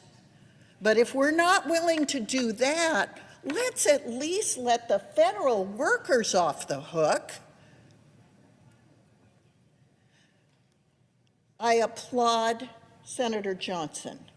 I applaud Senator Sullivan. I applaud Senator Cruz.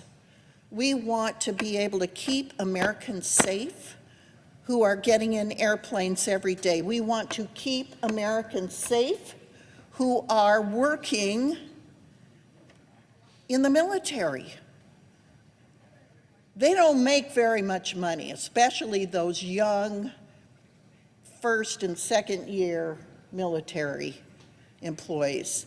And some of those have young families. Some of those have spouses. So I'm telling you, they don't make much money. And then you withhold their pay. Those are the people that are working paycheck to paycheck. Let them out of our political dysfunction. Don't make them suffer for our political misfunction and dysfunction.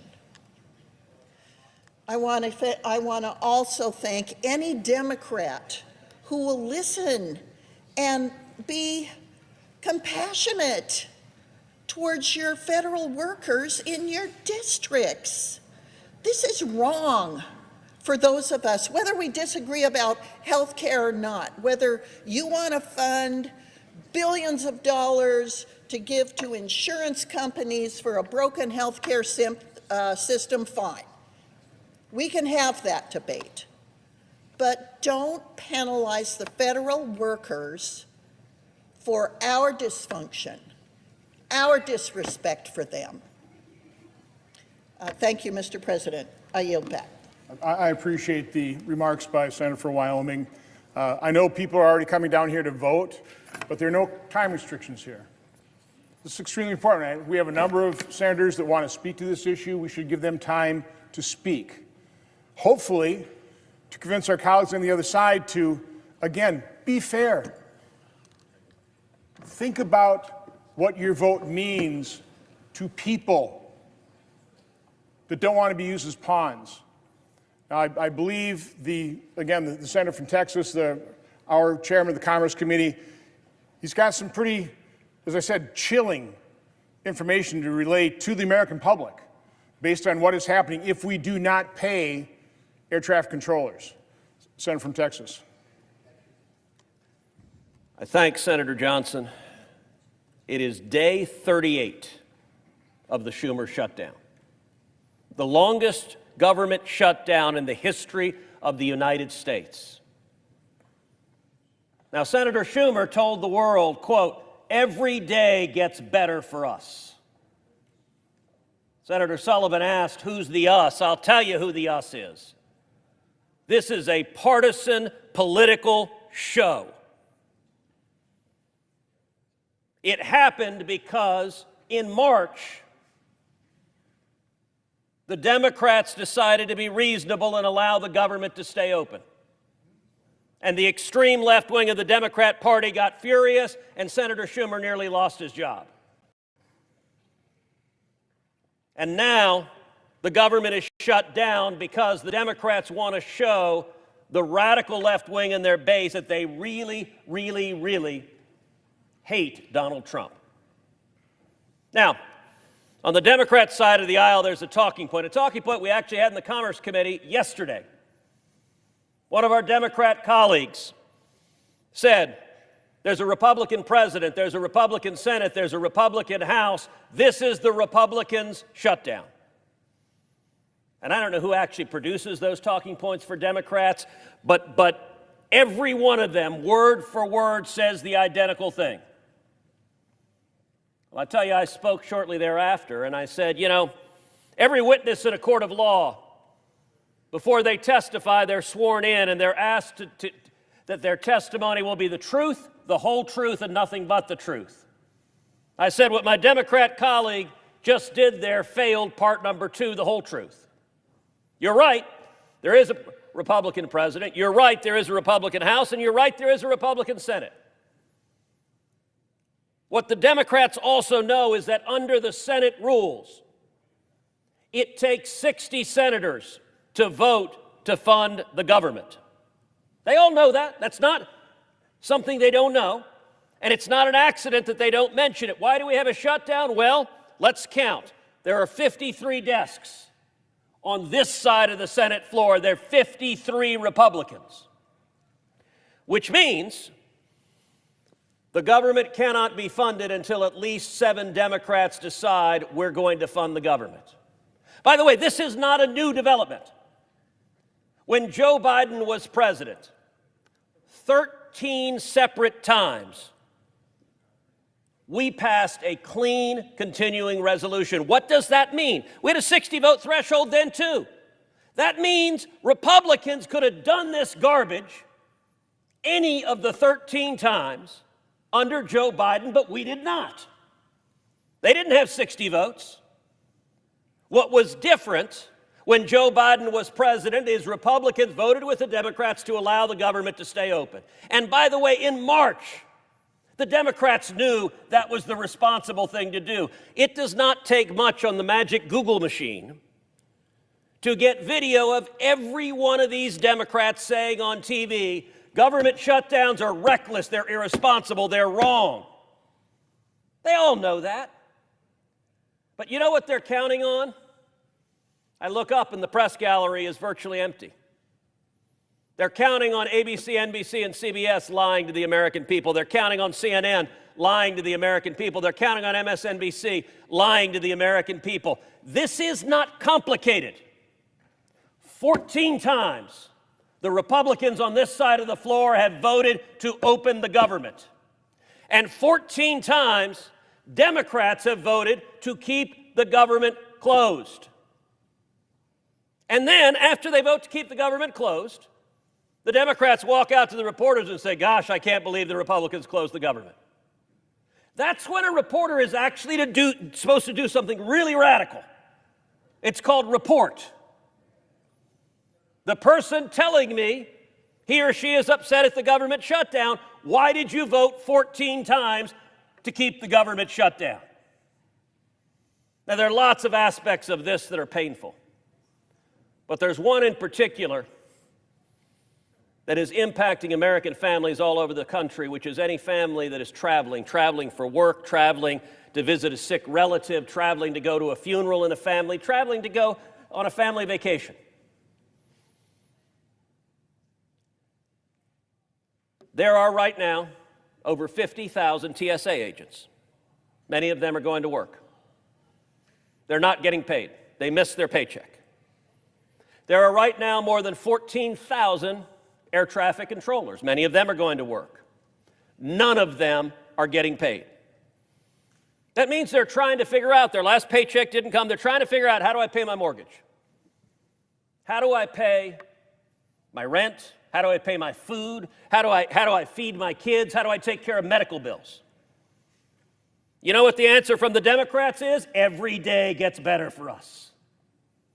If you're hurting and not getting a paycheck, Senator Schumer's answer, I do appreciate his doing the Mr. Bird's tent with his hands. I wish he'd started off with excellent. But that is, in fact, his quote, every day gets better for us. On Wednesday, there were over 15,000 flight delays. On Wednesday, there were over 600 canceled flights. Delta Airlines has called on the Democrats, vote to reopen the government. United Airlines has called on the Democrats, vote to reopen the government. Southwest Airlines has called on the Democrats, vote to reopen the government. American Airlines has called on the Democrats, vote to reopen the government. The National Air Traffic Controllers Association has called on the Democrats, vote to reopen the government. Yesterday, I had a conversation with the administrator of the FAA. It was chilling. As everyone knows, the FAA announced that it is putting in place a mandatory 10% reduction in flights in the 40 largest airports in America.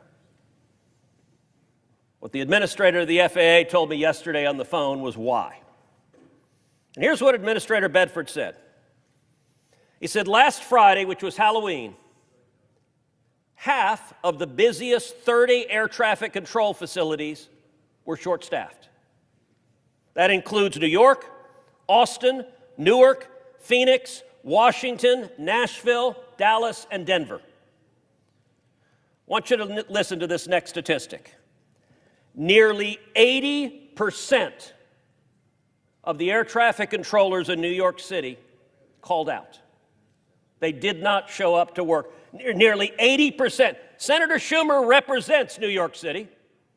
Nearly 80% of the controllers called out on Halloween. There were rampant delays. The FAA said the aggregate data, the whole national airspace system, looked okay. But then they deaggregated the data, looking at the 40 biggest airports in particular. It painted a very different picture. Here's what the administrator of the FAA told me. Pilots filed more than 500 voluntary safety reports about air traffic control problems they were encountering. Air traffic controllers that were fatigued, that were tired, they were making mistakes. And what's the Democrats' views?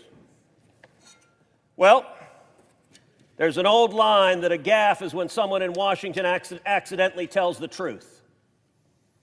You heard Chuck Schumer say every day gets better for us. Here's what one Democrat aide told CNN. Another senior Democrat aide said, as long as public perception is in their favor, the party will not concede short of, quote, planes falling out of the sky. That's out of the words of the Democrats themselves. Let me tell you, as chairman of the Commerce Committee, part of our responsibility is to oversee the FAA and to do everything possible to ensure safety. Turning to my Democrat colleagues saying, this is not a joke. First of all, the shutdown happened because Senator Schumer had to demonstrate he was tough, so he didn't get primaried by AOC in New York. Then the next threshold was the No Kings rallies. They had to show they were tough enough that when radicals were marching in cities across the country, they were as angry as the blue-haired angry radicals. Then we had Election Day. They were going to keep everything shut down to Election Day because it energized their base. And then Democrats won elections in the very blue state of New Jersey, the very blue state of Virginia, and the insanely blue city of New York City. And suddenly Democrats said, holy cow, our really left-wing voters like it when we shut the government down. Are there any Democrats on that side of the aisle for whom responsibility matters? Or is every one of them proud to say, we will keep it shut down until planes fall out of the sky? God forbid that comes to pass. Over 500 voluntary safety reports about air traffic controllers. You got air traffic controllers driving Uber to pay their bills. And here's the good news. We can resolve it right now. Senator Johnson's bill that we will vote on in just a few minutes is very simple. It says any federal worker that goes to work will be paid. If you have to work, if you're a soldier, if you are manning the wall, keeping this country safe, you're being forced to work, you'll be paid. If you're a Border Patrol agent, if you're an FBI agent, if you're a TSA agent, and you have to work, you'll be paid. And if you're an air traffic controller and your job is literally keeping, Mr. President, your children and my children safe when they get on an airplane, you will be paid. And to those in the media who preceding Democrat talking points on this, the vote right now, if we vote yes, the air traffic controllers will be paid. If we vote no, the air traffic controllers will not be paid. So every Democrat who votes no is saying we will not pay the air traffic controllers. What does that mean? There are roughly 45,000 commercial flights a day in the United States. The 10% reduction that the FAA has put in place will be roughly 5,000 flights a day that will be canceled. Now, if you assume 100 passengers are on each flight, I'm a lawyer, not a mathematician, so I'm going to make the math simple. 100 passengers, 5,000 flights a day, that is more than 500,000 Americans who will have their flight canceled each and every day the Schumer shutdown continues. More than 500,000. And millions more will have their flights delayed. So it's a simple choice.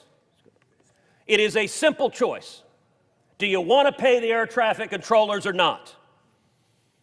But I got to tell you, you better be ready to talk to your constituents who said, why was my plane canceled when I was going to see my sick mother? Well, because I, Democrat, voted against paying air traffic controllers. That's the answer. You won't like giving that answer. But I'll tell you what, that's a lot better answer than if you have to look in the eyes of someone whose family was killed because the Democrats get what they are explicitly asking for, which is planes falling from the sky. The Schumer shutdown, if you are a left-wing partisan Democrat, you say every day gets better for us. I'll tell you who us ain't. It ain't the American people, so do the right thing because every one of you knows it's the right thing. Vote yes, pay the air traffic controllers, and end this ridiculous shutdown. I yield the floor. The senator from Texas for his sobering remarks. The chamber should be full. It'd be nice if our Democrat colleagues were here to listen to that. I'm hoping they are listening to him on their TVs in their office. God, I hope it literally doesn't take planes falling out of the sky. Tonight, you can continue your shutdown, but you can vote to pay the air traffic controllers, so that is far less likely. If you vote no, and God forbid it actually happens, can you live with yourself? I came to the floor 2 weeks ago in as nonpartisan fashion as I possibly could, begging Democrats to pay people that are forced to work, that are keeping our skies safe, that are keeping our nation safe. 2 weeks later, we haven't done it. This isn't partisan.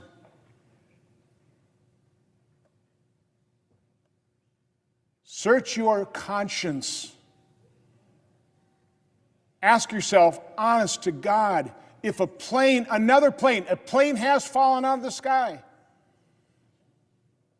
I'm not saying it's because of air traffic control, but you heard 500 safety instances. Our air traffic control system is already antiquated. Can you live with yourself if another plane falls out of the sky and more people needlessly die because we were short of air traffic controllers? I know Senator from Alaska has a couple more comments, then we'll turn it over to the senator from Florida. Well, I just want to thank Senator Cruz, Senator Johnson, for coming to the floor and making this very strong case. And it's about safety, and it's about the American way. There's nothing more American than paying people for the work that they do. We all know that. Again, Senator Johnson's bill is a simple bill. It's about paying the federal workers who are required to work to keep us safe. All these jobs we're talking about are jobs that keep the American people safe. Of course, the military is a big part of this bill. They epitomize the federal workers who are keeping us safe, and they epitomize courage. So do many of our federal workers as well. So I hope my colleagues on the other side of the aisle just show a little bit of the courage that our military displays every day all over the world. just a tiny bit of that courage.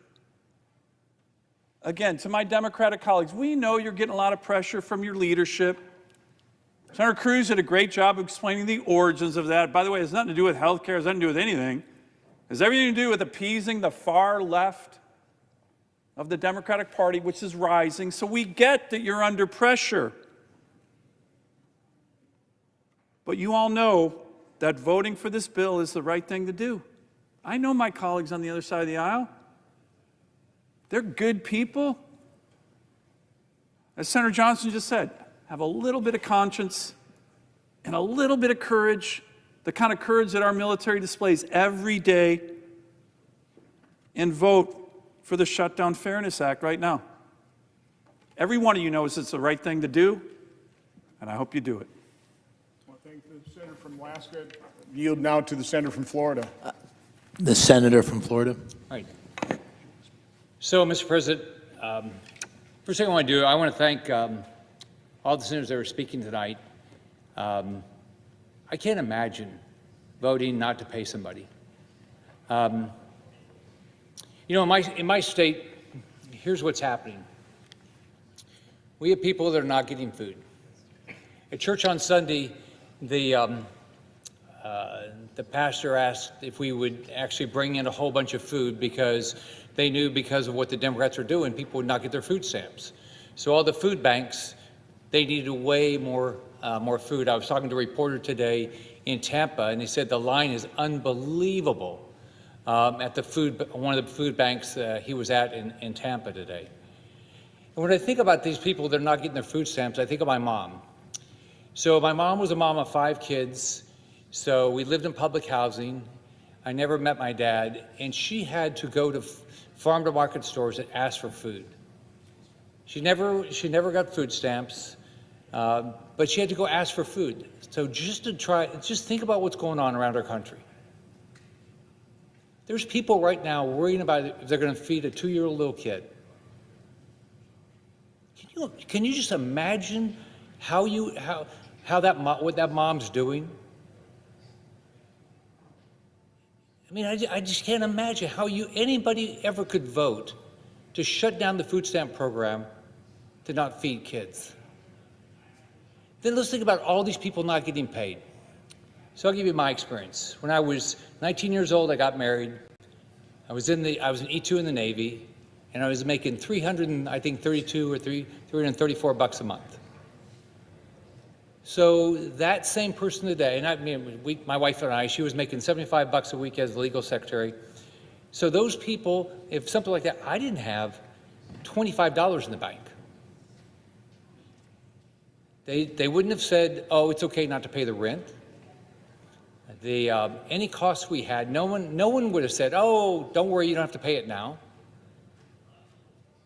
And so that's what's going on with our military. They have mortgages. Their kids have school costs. You know, their kids want to play sports. They might have medical bills. And my Democrat colleagues are saying they don't care. I mean, it's just like, did they ever live that life? Did they ever live the life that they are worrying paycheck to paycheck how they're going to pay for food, for the rent, for a mortgage? Do you think all the lenders are going to say, oh yeah, we know the government shut down so you don't have to pay your mortgage? So I just don't know how you could not have a heart to open up government. I mean, we can have a policy disagreement every day, and we should. But to not make sure people get their food stamps, not make sure that people are showing up today, as Senator Cruz said, trying to keep us safe in the skies, our military that's trying to keep our freedoms, and the Democrats don't care if they get paid or not. Now let's think about it. Since I got up here, this is my 7th year, I've had a bill that says no budget, no pay. Right? The Democrats have blocked it, including yesterday, because they want to get paid even though they are making the decision that other people don't get a paycheck. They're not willing to give up any of their pay because, like one of them said, He has a mortgage. Why would he be expected to give up his pay? Well, they're doing it every day to all of our federal workers. I just can't imagine doing that.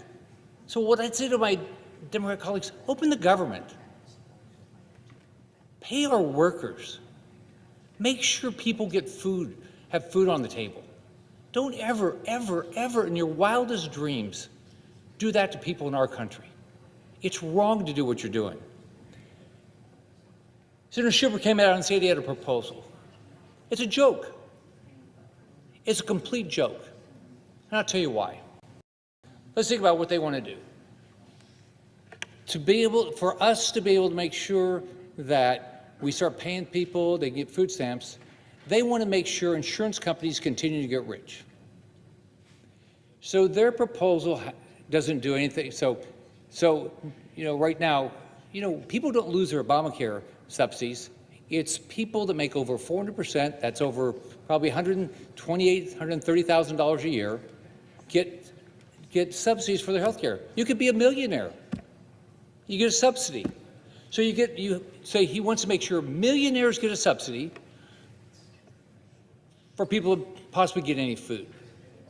Then he knows that Republicans are not going to continue to support a program that pays health care for illegals. That's wrong. Has taxpayer paying for abortion. That's wrong. Has taxpayers paying for trans surgery. That's wrong. Making sure there's about supposedly 4 to 5 million people don't even know they have these subsidies because it's just going directly to an insurance company with no responsibility by a consumer. All you have to do to sign somebody up is know their name, their birth date, their address, sign them up, insurance companies get all the money.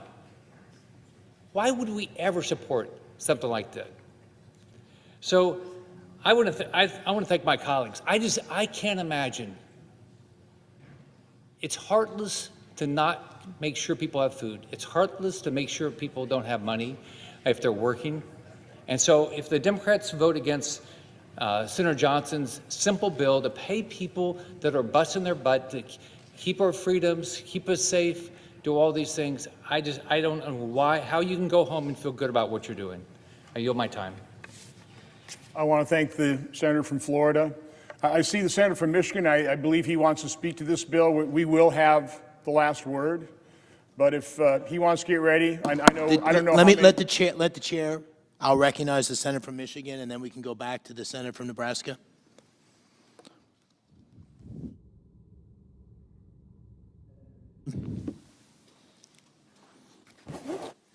Thank you, Mr. President.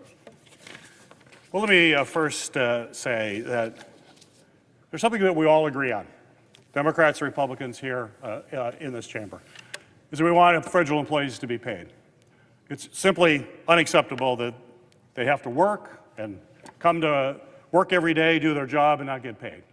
That's why we got to end the shutdown as quickly as possible. We're focused on doing that. But that's not really exactly the total story behind the Johnson bill. I have legislation to pay federal employees now. We could vote on that now. I offered it in a UC request from my colleague from Wisconsin and said we have a bill to pay all federal employees right now. No strings attached, no language that gives the president more power, more flexibility to do things that we should not want him to do. But my Republican colleagues don't want to have that bill. Senator Van Hollen, another colleague of mine, has a bill to pay it. It has complete support of Democrats. Let's pay them. We have two bills that if we put on the floor right now, we could pass. If my Republican friends really want to do it, we could pass it with 100 votes. And I'm happy to, it's my bill, but any of you can sign it. I offered it to my colleague from Wisconsin. It could be your bill. Give it. I don't need any authorship of it, but it's a bill that does exactly what my colleagues across the aisle are saying, just pay federal employees. That's what it would do, and yet that's rejected. So why?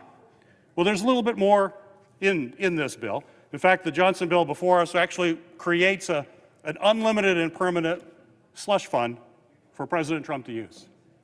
You're not going to get support here from us to transfer what should be congressional power to be able to determine when we want money spent, it actually gets spent the way it should be. It's not about passing a slush fund to the president.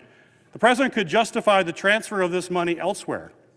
This is something clearly the administration wants because it's going to give the White House more power. The bill adds presidential authority by omits the regular safeguards that we include in normal funding bills to ensure that money actually goes where Congress intends. Now, we've been seeing a lot of that. The president basically is just thumbing his nose at Congress every day. Unfortunately, my Republican colleagues say, well, that's okay. If the president doesn't want to listen to the Congress, that's okay with them. You know, we are a co-equal branch of government. We're elected by the people back home to represent our people as senators. We're not here just to rubber stamp a president. I know a lot of my colleagues on the Republican side of the aisle, I'm surprised because a lot of really great people that I have a lot of respect for, and yet we see the president constantly run over Congress, and it's crickets on the other side. No pushback from my Republican colleagues, either here in the Senate or in the House. There's actually, in this bill, there's no explicit guarantee or requirement to actually pay out this money. The administration could sit on this appropriation. We're just blank check appropriation for employees, but the administration can just sit on it for some, or those particular programs they don't like. That's why in a normal appropriations bill, we put in language to prevent that. Now, granted, the president has been ignoring Congress, but at least we put it. We're saying these are the rules. Congress has the power of the purse. It's Article 1 of the Constitution. And yet a lot of my colleagues don't seem to take that to heart. So most of Probst's bills, including the current House continuing resolution proposal, actually includes restrictions on how funding should be used. The Johnson bill includes no restrictions. And we know that Trump has shown that he will abuse the budget process in very novel ways. He has said that he will refuse to pay back pay to workers even when Congress has explicitly said it. This bill hopefully does address that. He's transferred money illegally to pay for his political priorities, and he impounds money whenever he finds any kind of wiggle room to do that.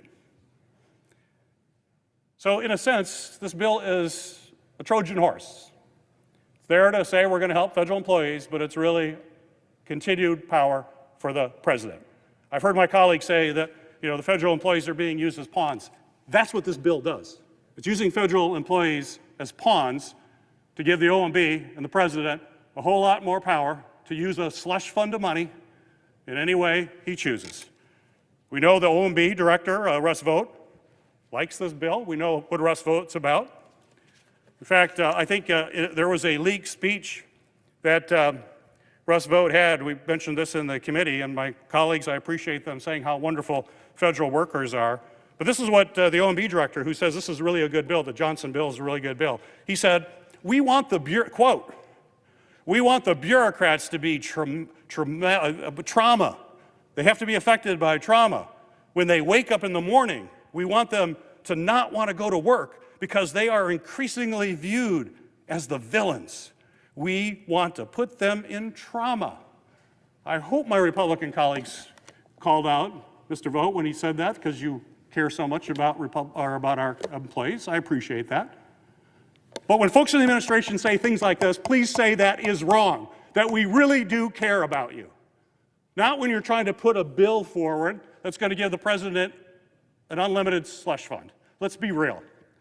If you want to pay employees, which I hope you do, if you want to move forward, then take a bill that we know has the kind of guardrails that our appropriation bills normally do to make sure the money is actually spent as we intend in Congress, which is the way it's supposed to work under Article 1 of the Constitution. I still believe in the Constitution. I still believe that we are a co-equal branch of government. We are not simply a rubber stamp for the president. And if we don't change that way, that's how you lose the checks and balances that our founders cared so deeply about. As our founders were debating the Constitution, they didn't trust any of us. They knew, they're politicians too. They knew you can't trust anybody. So they figure we're going to have three branches. We're going to have the judiciary check the Congress and the president. The Congress will check the presidential power. And Article 1 is the Congress. They thought the Congress was the most important one. But they kind of assumed that the Congress would actually exercise its power and check presidential power, not just hand more to them. with a smile and then use a false pretext in order to give that money. So that's what this bill is about. And, you know, I've tried to work with Senator Johnson. I will always want to work with him. We've worked on a number of bills together. We have language. Again, the bills that we have that I've introduced, which is the Military and Federal Employees Protection Act, it's a straight, clean bill. We talk about union support. Every union has supported my legislation. Every union has supported Senator Van Hollen's. And we're now getting unions. Unions are starting to read the fine print on this bill right now. So we have AFSCME that's now come out against it. We got the SEIU that has just come out against it. We have the AFL-CIO that has just come out against it. We have the IFPTE that just coming out. And our union friends are going to read the language of this bill and they're going to like, oh, we should have read the fine print. Like, yes, it's really important to read the fine print. So we can't support this bill. We can support a bill that pays all of our employees, but it's got to be one that has the types of protections that we have in every other appropriations bill that we try to pass out of this body. So I'm going to oppose this, but hopefully we can find a way to work together. We have 2 bills ready to go we could pass today, but with this bill, we are going to object to this one. Thank you. Mr. President. Mr. President. Is the senator from Wisconsin? Thank you, Mr. President.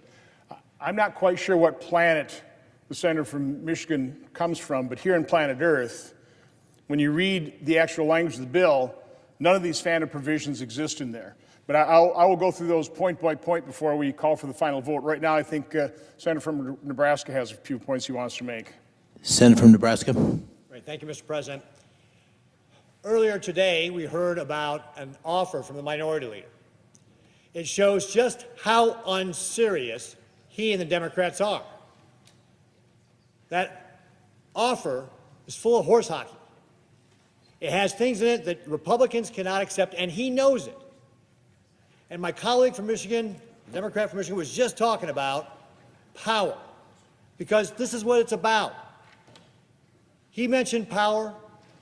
A number of other folks have talked about leverage. They need to have this shutdown for leverage. A number of Democrats have said this. But what I'm here today is to talk about people, not leverage, not power, people, air traffic controllers. These are letters that I have received from air traffic controllers, handwritten letters that are talking about what they are going through right now because of the minority leader's shutdown. Let me just read you some of these. My wife suffers from a chronic autoimmune disease that without her medication would cripple her. Our monthly copay for her specialty medication is $2,800 a month. We have less than 2 weeks before her next round of medication is due. Our situation is not sustainable, even with pulling money from our savings. That from one of our air traffic controllers in Nebraska. Here's another one. Each shutdown gets harder than the last. The mental stress of the unknown gets harder each time. With my growing family and medical bills for my family, it gets harder every time. Both my children have neurological disorders that require constant monitoring and medical care. I take pride in my job and the service we provide here at Omaha Approach Control. As a patriot and a veteran, I take my federal oath seriously. I will always continue to do my job and keep the skies safe and expeditious. Or here's another one. Myself and my family, to include my 3-year-old daughter, are struggling to make ends meet. I now have to decide between putting food on the table, paying my mortgage, paying my car note, and many other things I need to survive. Are the Democrats deaf? Do they not hear from the people that they're putting in these situations? This is their shutdown. This is their Biden budget they're not voting for. They voted for this 4 times over the last 19 months, and now they won't because their far left wing tells them not to. We have patriots here who are suffering. Why don't they show some of the courage that these people are and stand up to their far left wing and vote for this bill so that at least the people who are working can get paid? Is that so much to ask? That we pay the people who are actually trying to keep the skies safe?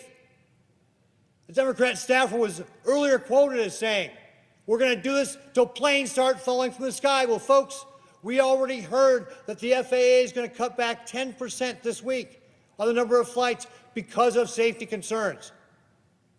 But it's the people that are the air traffic controllers and our law enforcement and everybody else who is working in a federal job that is not getting paid are paying the price for the minority leader shutdown. Thank you, Mr. President. I yield to my colleague from Wisconsin. Senator from Wisconsin. And I appreciate the comments from Senator from Nebraska. I think the senator from Utah would also like to speak to the bill. Mr. President, I want to commend my friend and colleague, the senator from Wisconsin, for his outstanding work on this bill, the Shutdown Fairness Act. Senator Johnson has seized on something very important here. We're surrounded by people in this very building and throughout the United States and across the globe, people who are faithfully, valiantly working for the United States government. Now, some of them are staffers in this very room, not being paid. Some of them are the police officers we greeted on our way in who are keeping the Capitol Hill complex safe. Some of them are soldiers, sailors, airmen, Marines, guardsmen all over the world who are serving the United States government at risk of life and limb to keep us safe. And there are countless others in different occupations who are not being paid. Why? Well, they're not being paid because our friends on the other side of the aisle are wanting to expand government yet again. They may think that this is the right message, that this is a winning message. This is not. It's not the right message. It's not a winning message, even for them, because it highlights something. It highlights the danger in putting too much trust, too many responsibilities, too many functions in the United States government. So much so that when a crisis like this emerges, and the Schumer shutdown now drags well into its second month, they see that what the American people have previously regarded as a service performed by their government to them is now being held over them to extort even more money out of them under threat of planes falling from the sky. And we're told by Democrat after Democrat on television interviews and elsewhere, okay, because this is leverage. This is our leverage. Well, what do they want to use that leverage for? They want to use it so as to paper over the failures, the abject failures of Obamacare, this law that has succeeded in doing one thing: enriching large health insurance companies while making all Americans poorer.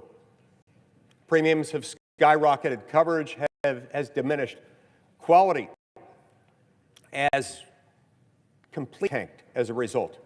They know, they understand this. They see premiums continuing to increase year after year after year. And so what do they want to do with it? Well, they want to spend a lot more money moving forward. Money at a time when the U.S. government is already $38 trillion in debt.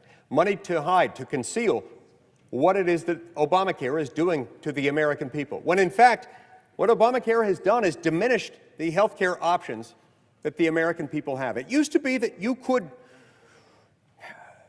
negotiate with a health insurance company and buy a health insurance policy. But Obamacare in many ways made what was once health insurance illegal. We need to make health insurance legal again. We need to allow a willing customer to pay a willing insurer for a health insurance policy, rather than an Obamacare health plan, which very often, through its Byzantine labyrinth of federal regulations, just adds to the cost and adds to the profits, the bottom line of these huge healthcare companies. So yeah, they want to take this to extort the American people in their position of vulnerability at a time when we're told planes may start falling from the sky, at a time when people's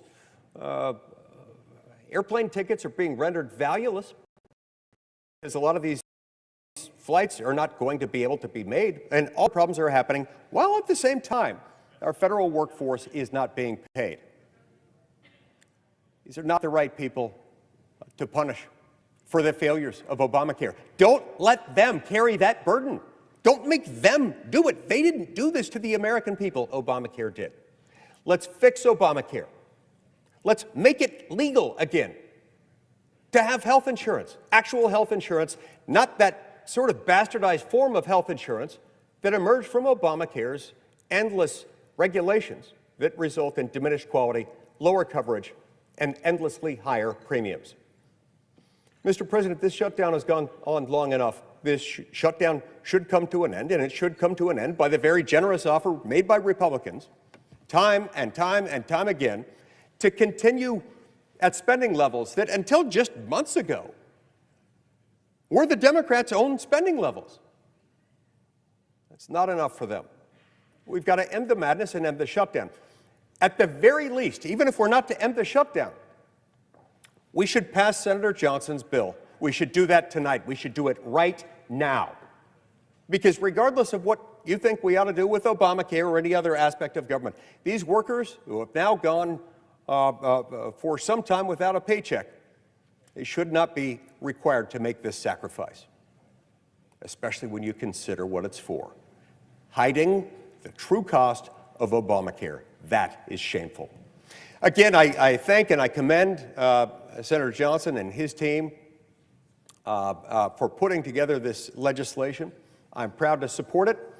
I wholeheartedly endorse it, and I plead with my colleagues to vote for it, and let's get these workers paid. They deserve nothing less. Thank you. And I want to thank the senator from Utah for his remarks. Senator from Wisconsin. Mr. President, I don't want to spend all the time refuting all the misrepresentations from the senator from Michigan in terms of what phantom provisions he claims are in my bill. There's no slush fund. It is completely silent on presidential authority. I know some people want to reduce authority, but that's a bill that won't be signed.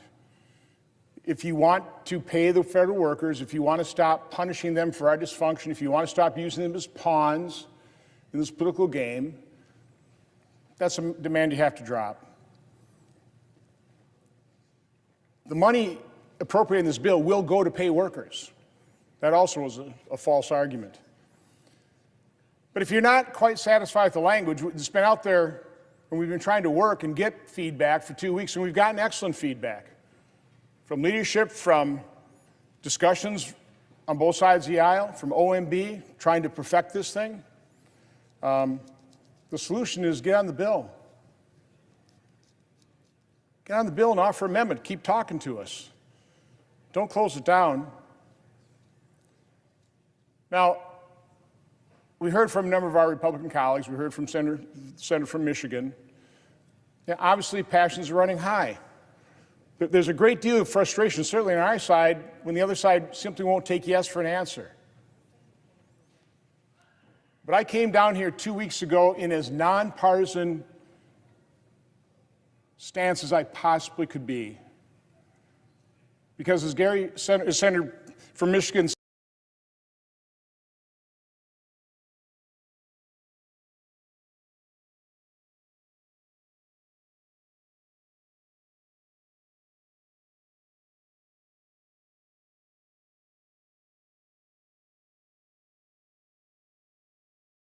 is to vote to proceed tonight to this. If we could iron out differences, we could yield back time and get this thing passed. The Speaker of the House said he'd already come back and pass this. So we are so close. I realize there are going to be hard partisans. I know this is permanent. This ends using federal workforce and, quite honestly, the American public as pawns in these partisan games for all time. Again, the American Federation of Government Employees, the Federal Managers Association, the Federal Law Enforcement Officers Association, National Air Traffic Controller Association. And again, I hope our Democrat colleagues listen to Senator Cruz's chilling and sobering remarks just a few minutes ago, the International Association of Firefighters and the Association of Flight Attendants. This bill has support because it makes so much sense. It is fair. So we had 3 Democrats join us 2 weeks ago. There are 2 other Democrats who have voted for the House CR. That brings us up to a total of 58. Now, they vote against this because we didn't have furloughed workers. We've added furloughed workers. So hopefully those 2 will join us. I have talked to enough Democrat senators trying to get their input, trying to get this passed. I know there are Democrat senators that want to vote for this bill, that can vote for this bill.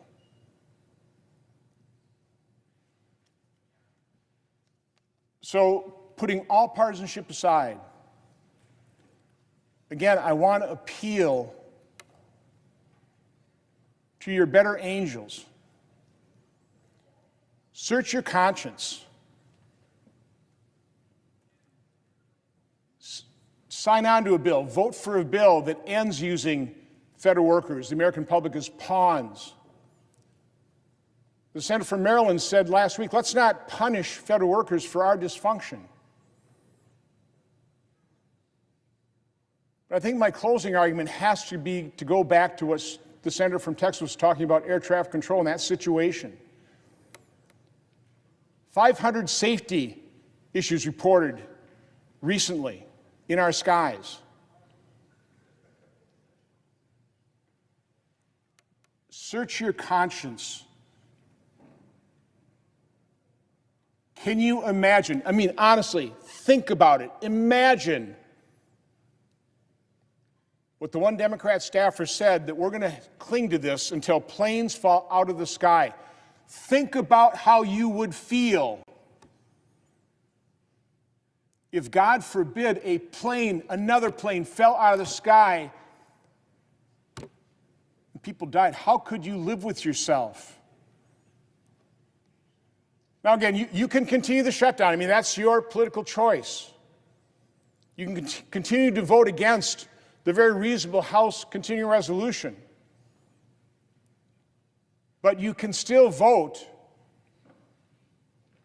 to pay federal workers. You can vote to make sure that air traffic controllers get back to their stations and keep our skies as safe as possible. You can vote to dramatically reduce the chance that a plane will fall out of the sky. We just need 2 more of you. Two more of our colleagues on the other side of the aisle who are working with, quite honestly, folks on this side trying to end the shutdown. Just 2 of those that I spoke to that I thought would vote for this. I'm begging you, 2 more. Let's get on this bill. Let's pay federal workers. Let's make our nation safer. Let's do the fair thing. Let's do the right thing. Let's vote to proceed to this bill and get it passed. With that, Mr. President, I yield the floor. Mr. President. Majority Whip. Mr. President, I withdraw my motion to proceed. The senator has that right. Motion is withdrawn. Mr. President. Majority Leader. Mr. President, I move to proceed to the motion to reconsider the vote on cloture on the motion to proceed S3012. Questions in the motion? All in favor say aye. Aye. All those opposed say no. The ayes appear to have it. The ayes do have it. Motion's agreed to. Mr. President, I move to reconsider the vote on cloture on the motion to proceed S3012. Questions on the motion? All in favor say aye. Aye.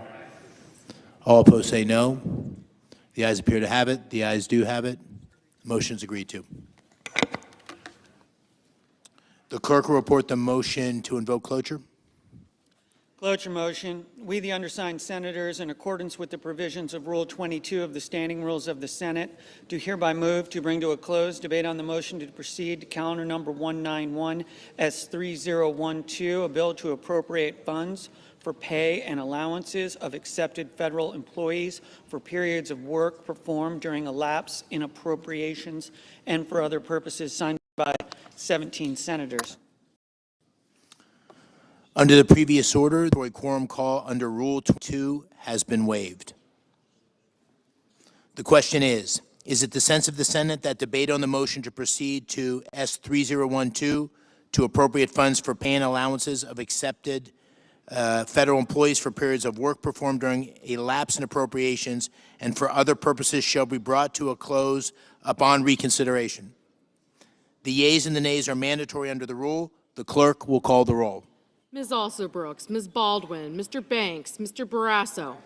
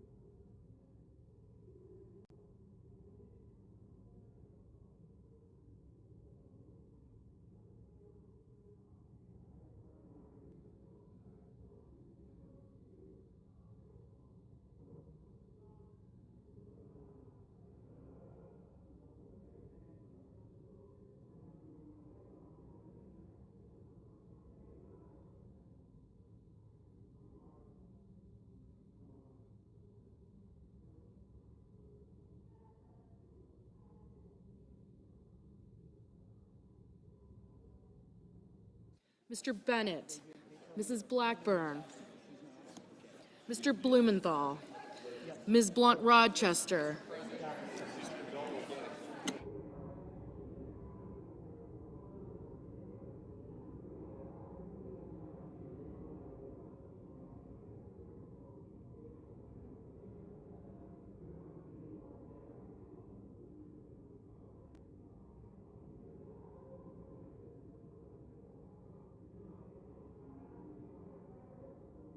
Mr. Booker, Mr. Bozeman, Mrs. Britt, Mr. Budd, Ms. Cantwell, Mrs. Capito, Mr. Cassidy, Ms. Collins,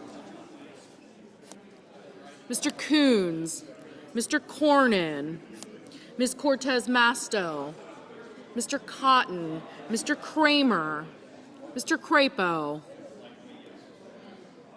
Mr. Cruz, Mr. Curtis, Mr. Daines, Ms. Duckworth, Mr. Durbin, Ms. Ernst, Mr. Fetterman, Mrs. Fisher, Mr. Gallego, Mrs. Gillibrand, Mr. Graham, Mr. Grassley, Mr. Haggerty, Ms. Hassan, Mr. Hawley, Mr. Heinrich, Mr. Hickenlooper, Ms. Hirono, Mr. Hoven, Mr. Husted, Mrs. Hyde-Smith, Mr. Johnson, Mr. Justice, Mr. Kane,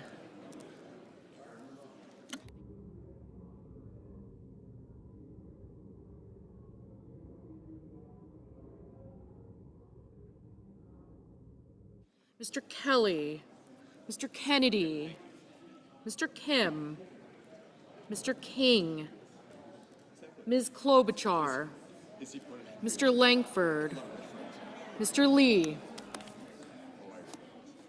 Mr. Lujan, Ms. Lummis,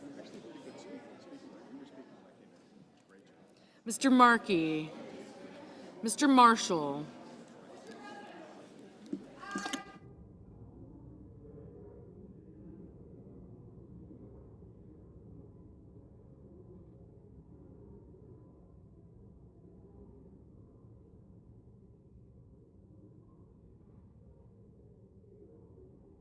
Mr. McCormick,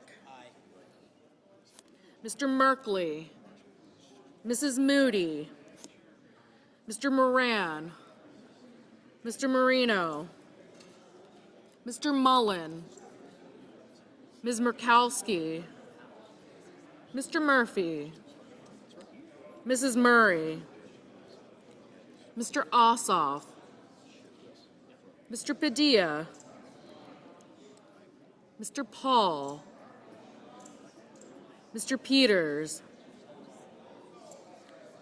Mr. Reed, Mr. Ricketts, Mr. Risch,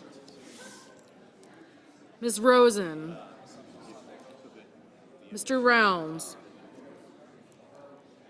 Mr. Sanders, Mr. Schatz, Mr. Schiff, Mr. Schmidt, Mr. Schumer, Mr. Scott of Florida, Mr. Scott of South Carolina, Mrs. Shaheen,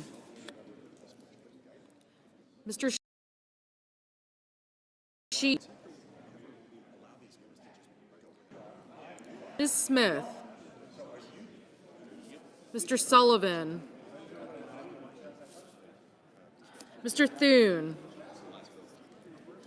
Mr. Tillis, Mr. Tuberville, Mr. Van Hollen, Mr. Warner, Mr. Warnock, Ms. Warren, Mr. Welch, Mr. Whitehouse, Mr. Wicker, Mr. Wyden, Mr. Young,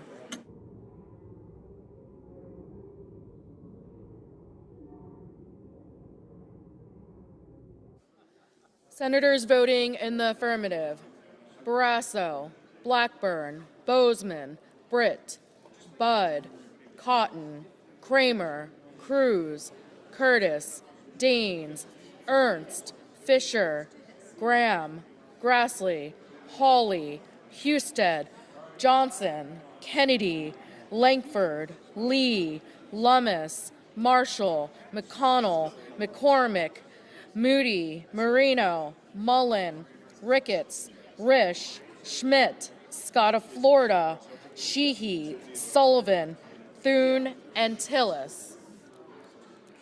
Senators voting in the negative: Bennett, Heinrich, Kane, Kim, Murphy, Murray, Padilla, Peters, Schatz, Schiff, Schumer, Van Hollen, Warner, and Welch. Ms. Slotkin, no.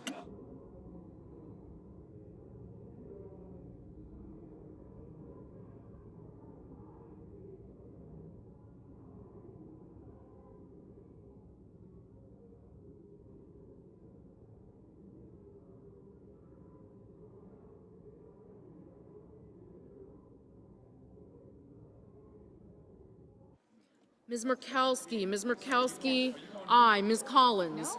Collins, aye.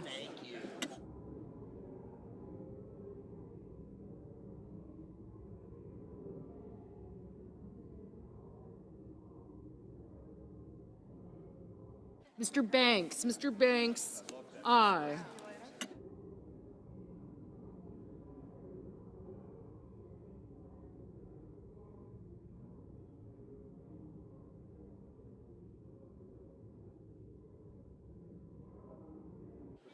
Mrs. Hyde-Smith, aye.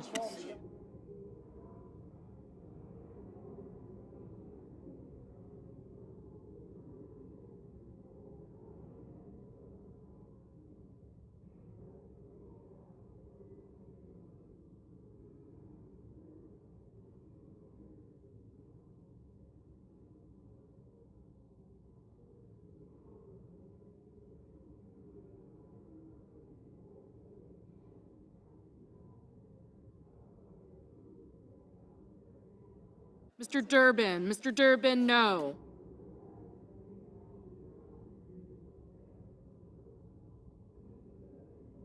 Mr. Justice, aye. Mr. Reed, no.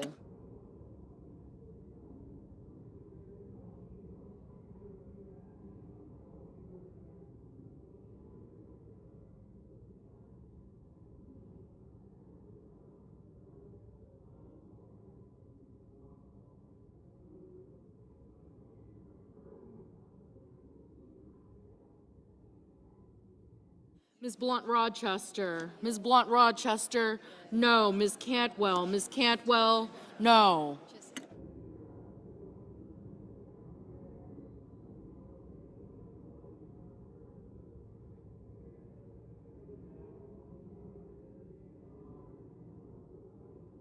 Mr. Warnock, aye.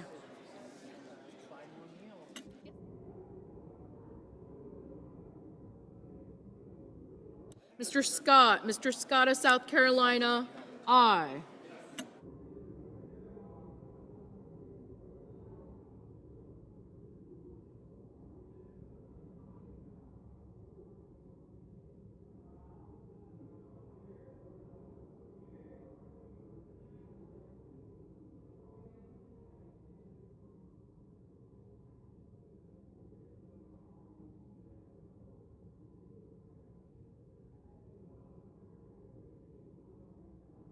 Mr. Hickenlooper, no. Mr. Coons, no.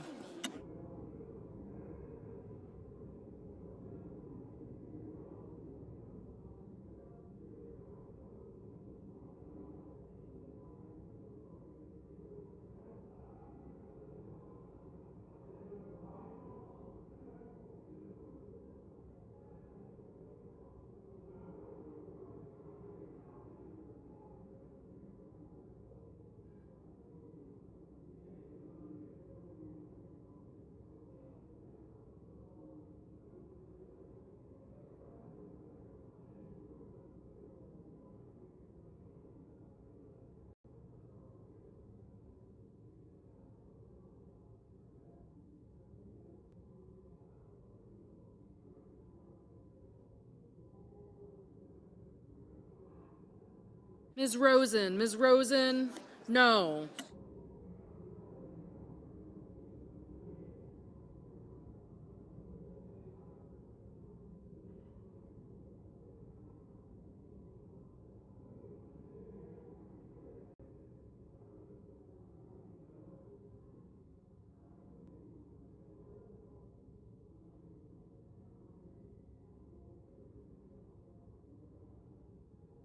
Mr. Crapo, aye. Ms. Also Brooks, no.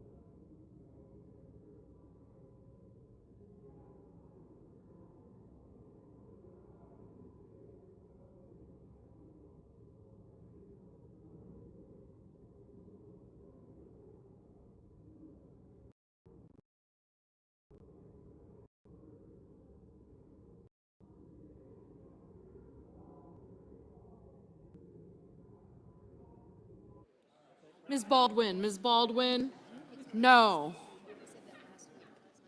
Mrs. Capito,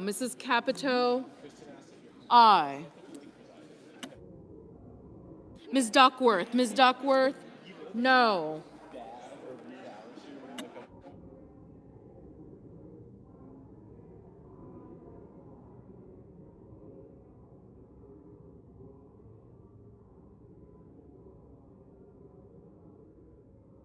Mr. Cassidy, aye.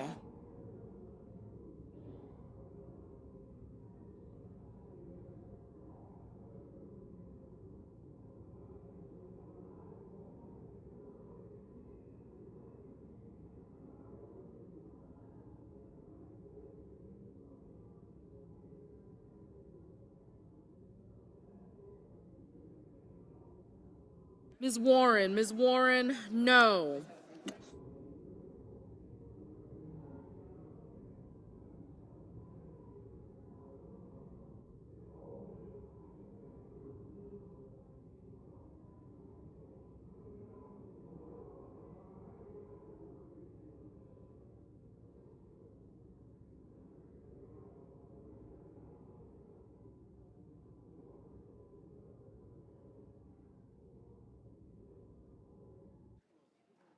Ms. Hirono, no.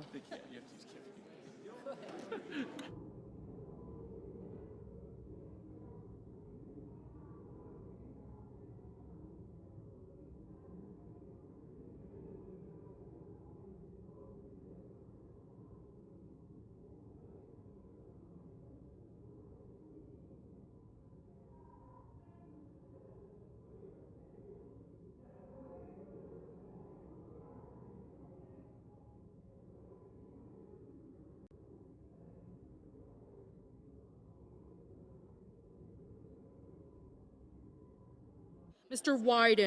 Wyden, no.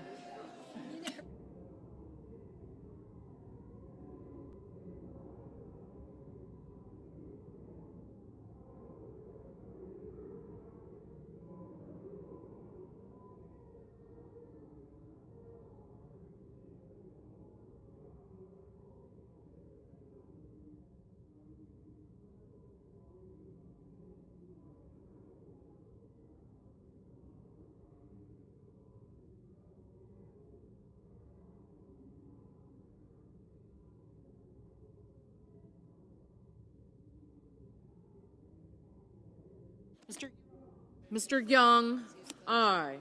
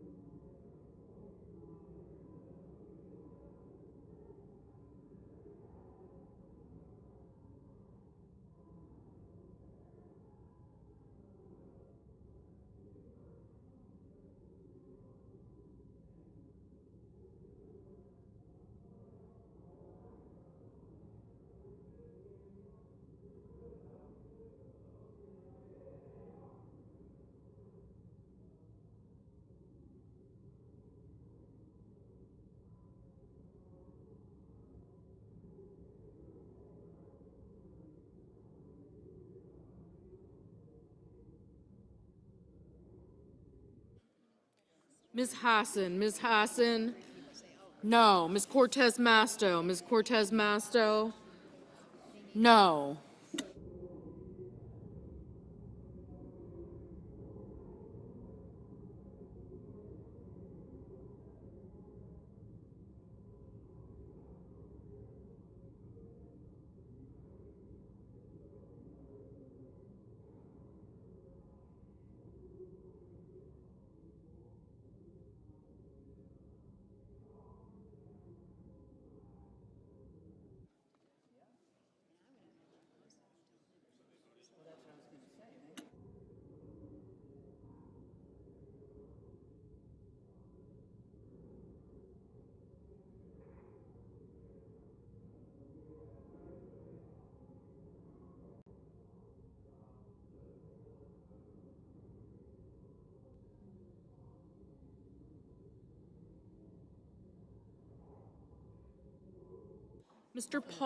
Mr. Paul, aye.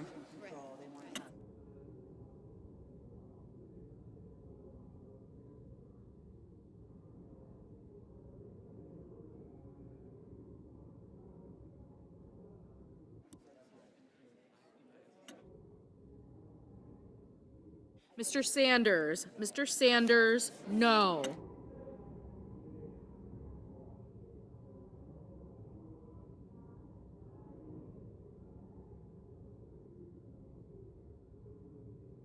Mr.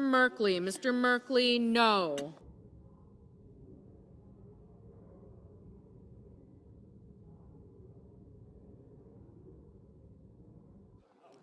Mr. Wicker, aye.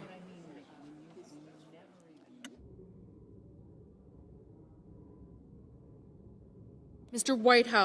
Whitehouse, no.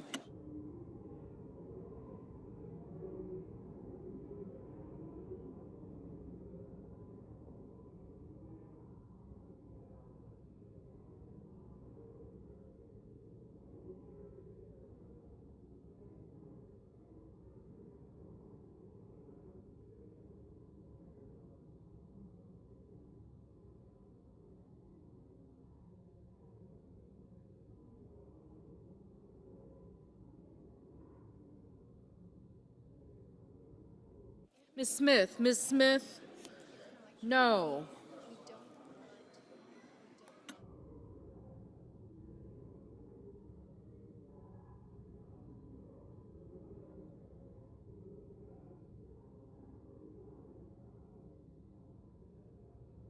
Mr. Hoven, aye.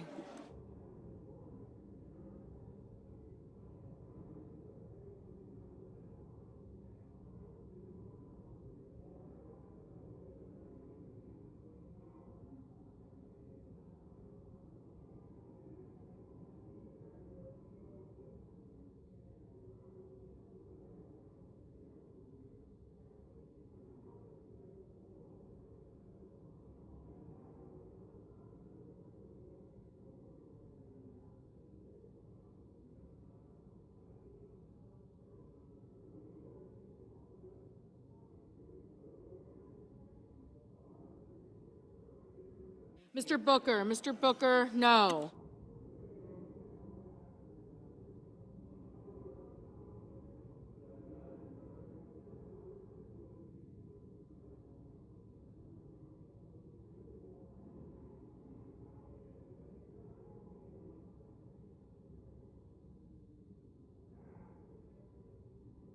Mr. Blumenthal, no.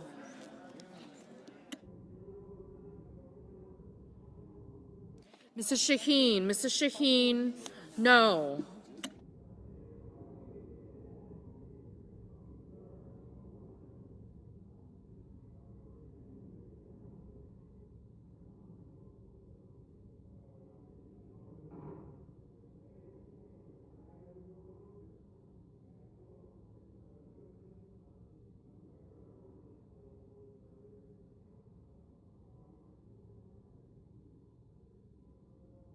Mr. King, no.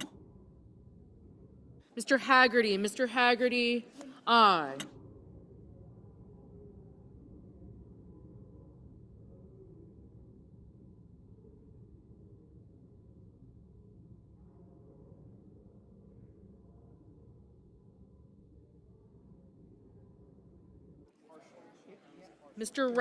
Mr. Rounds, aye.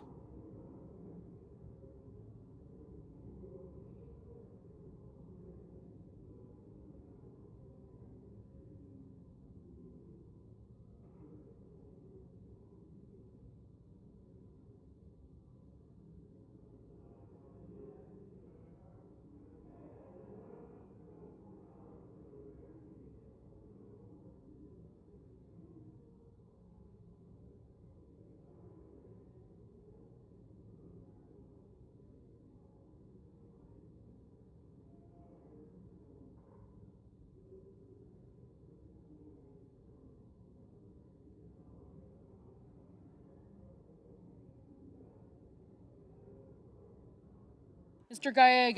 Gallego, no.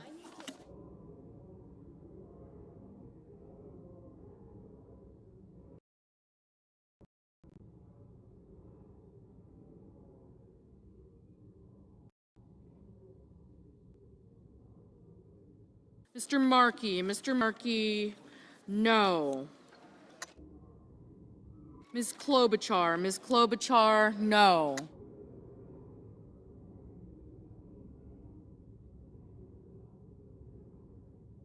Mr. Ossoff, aye.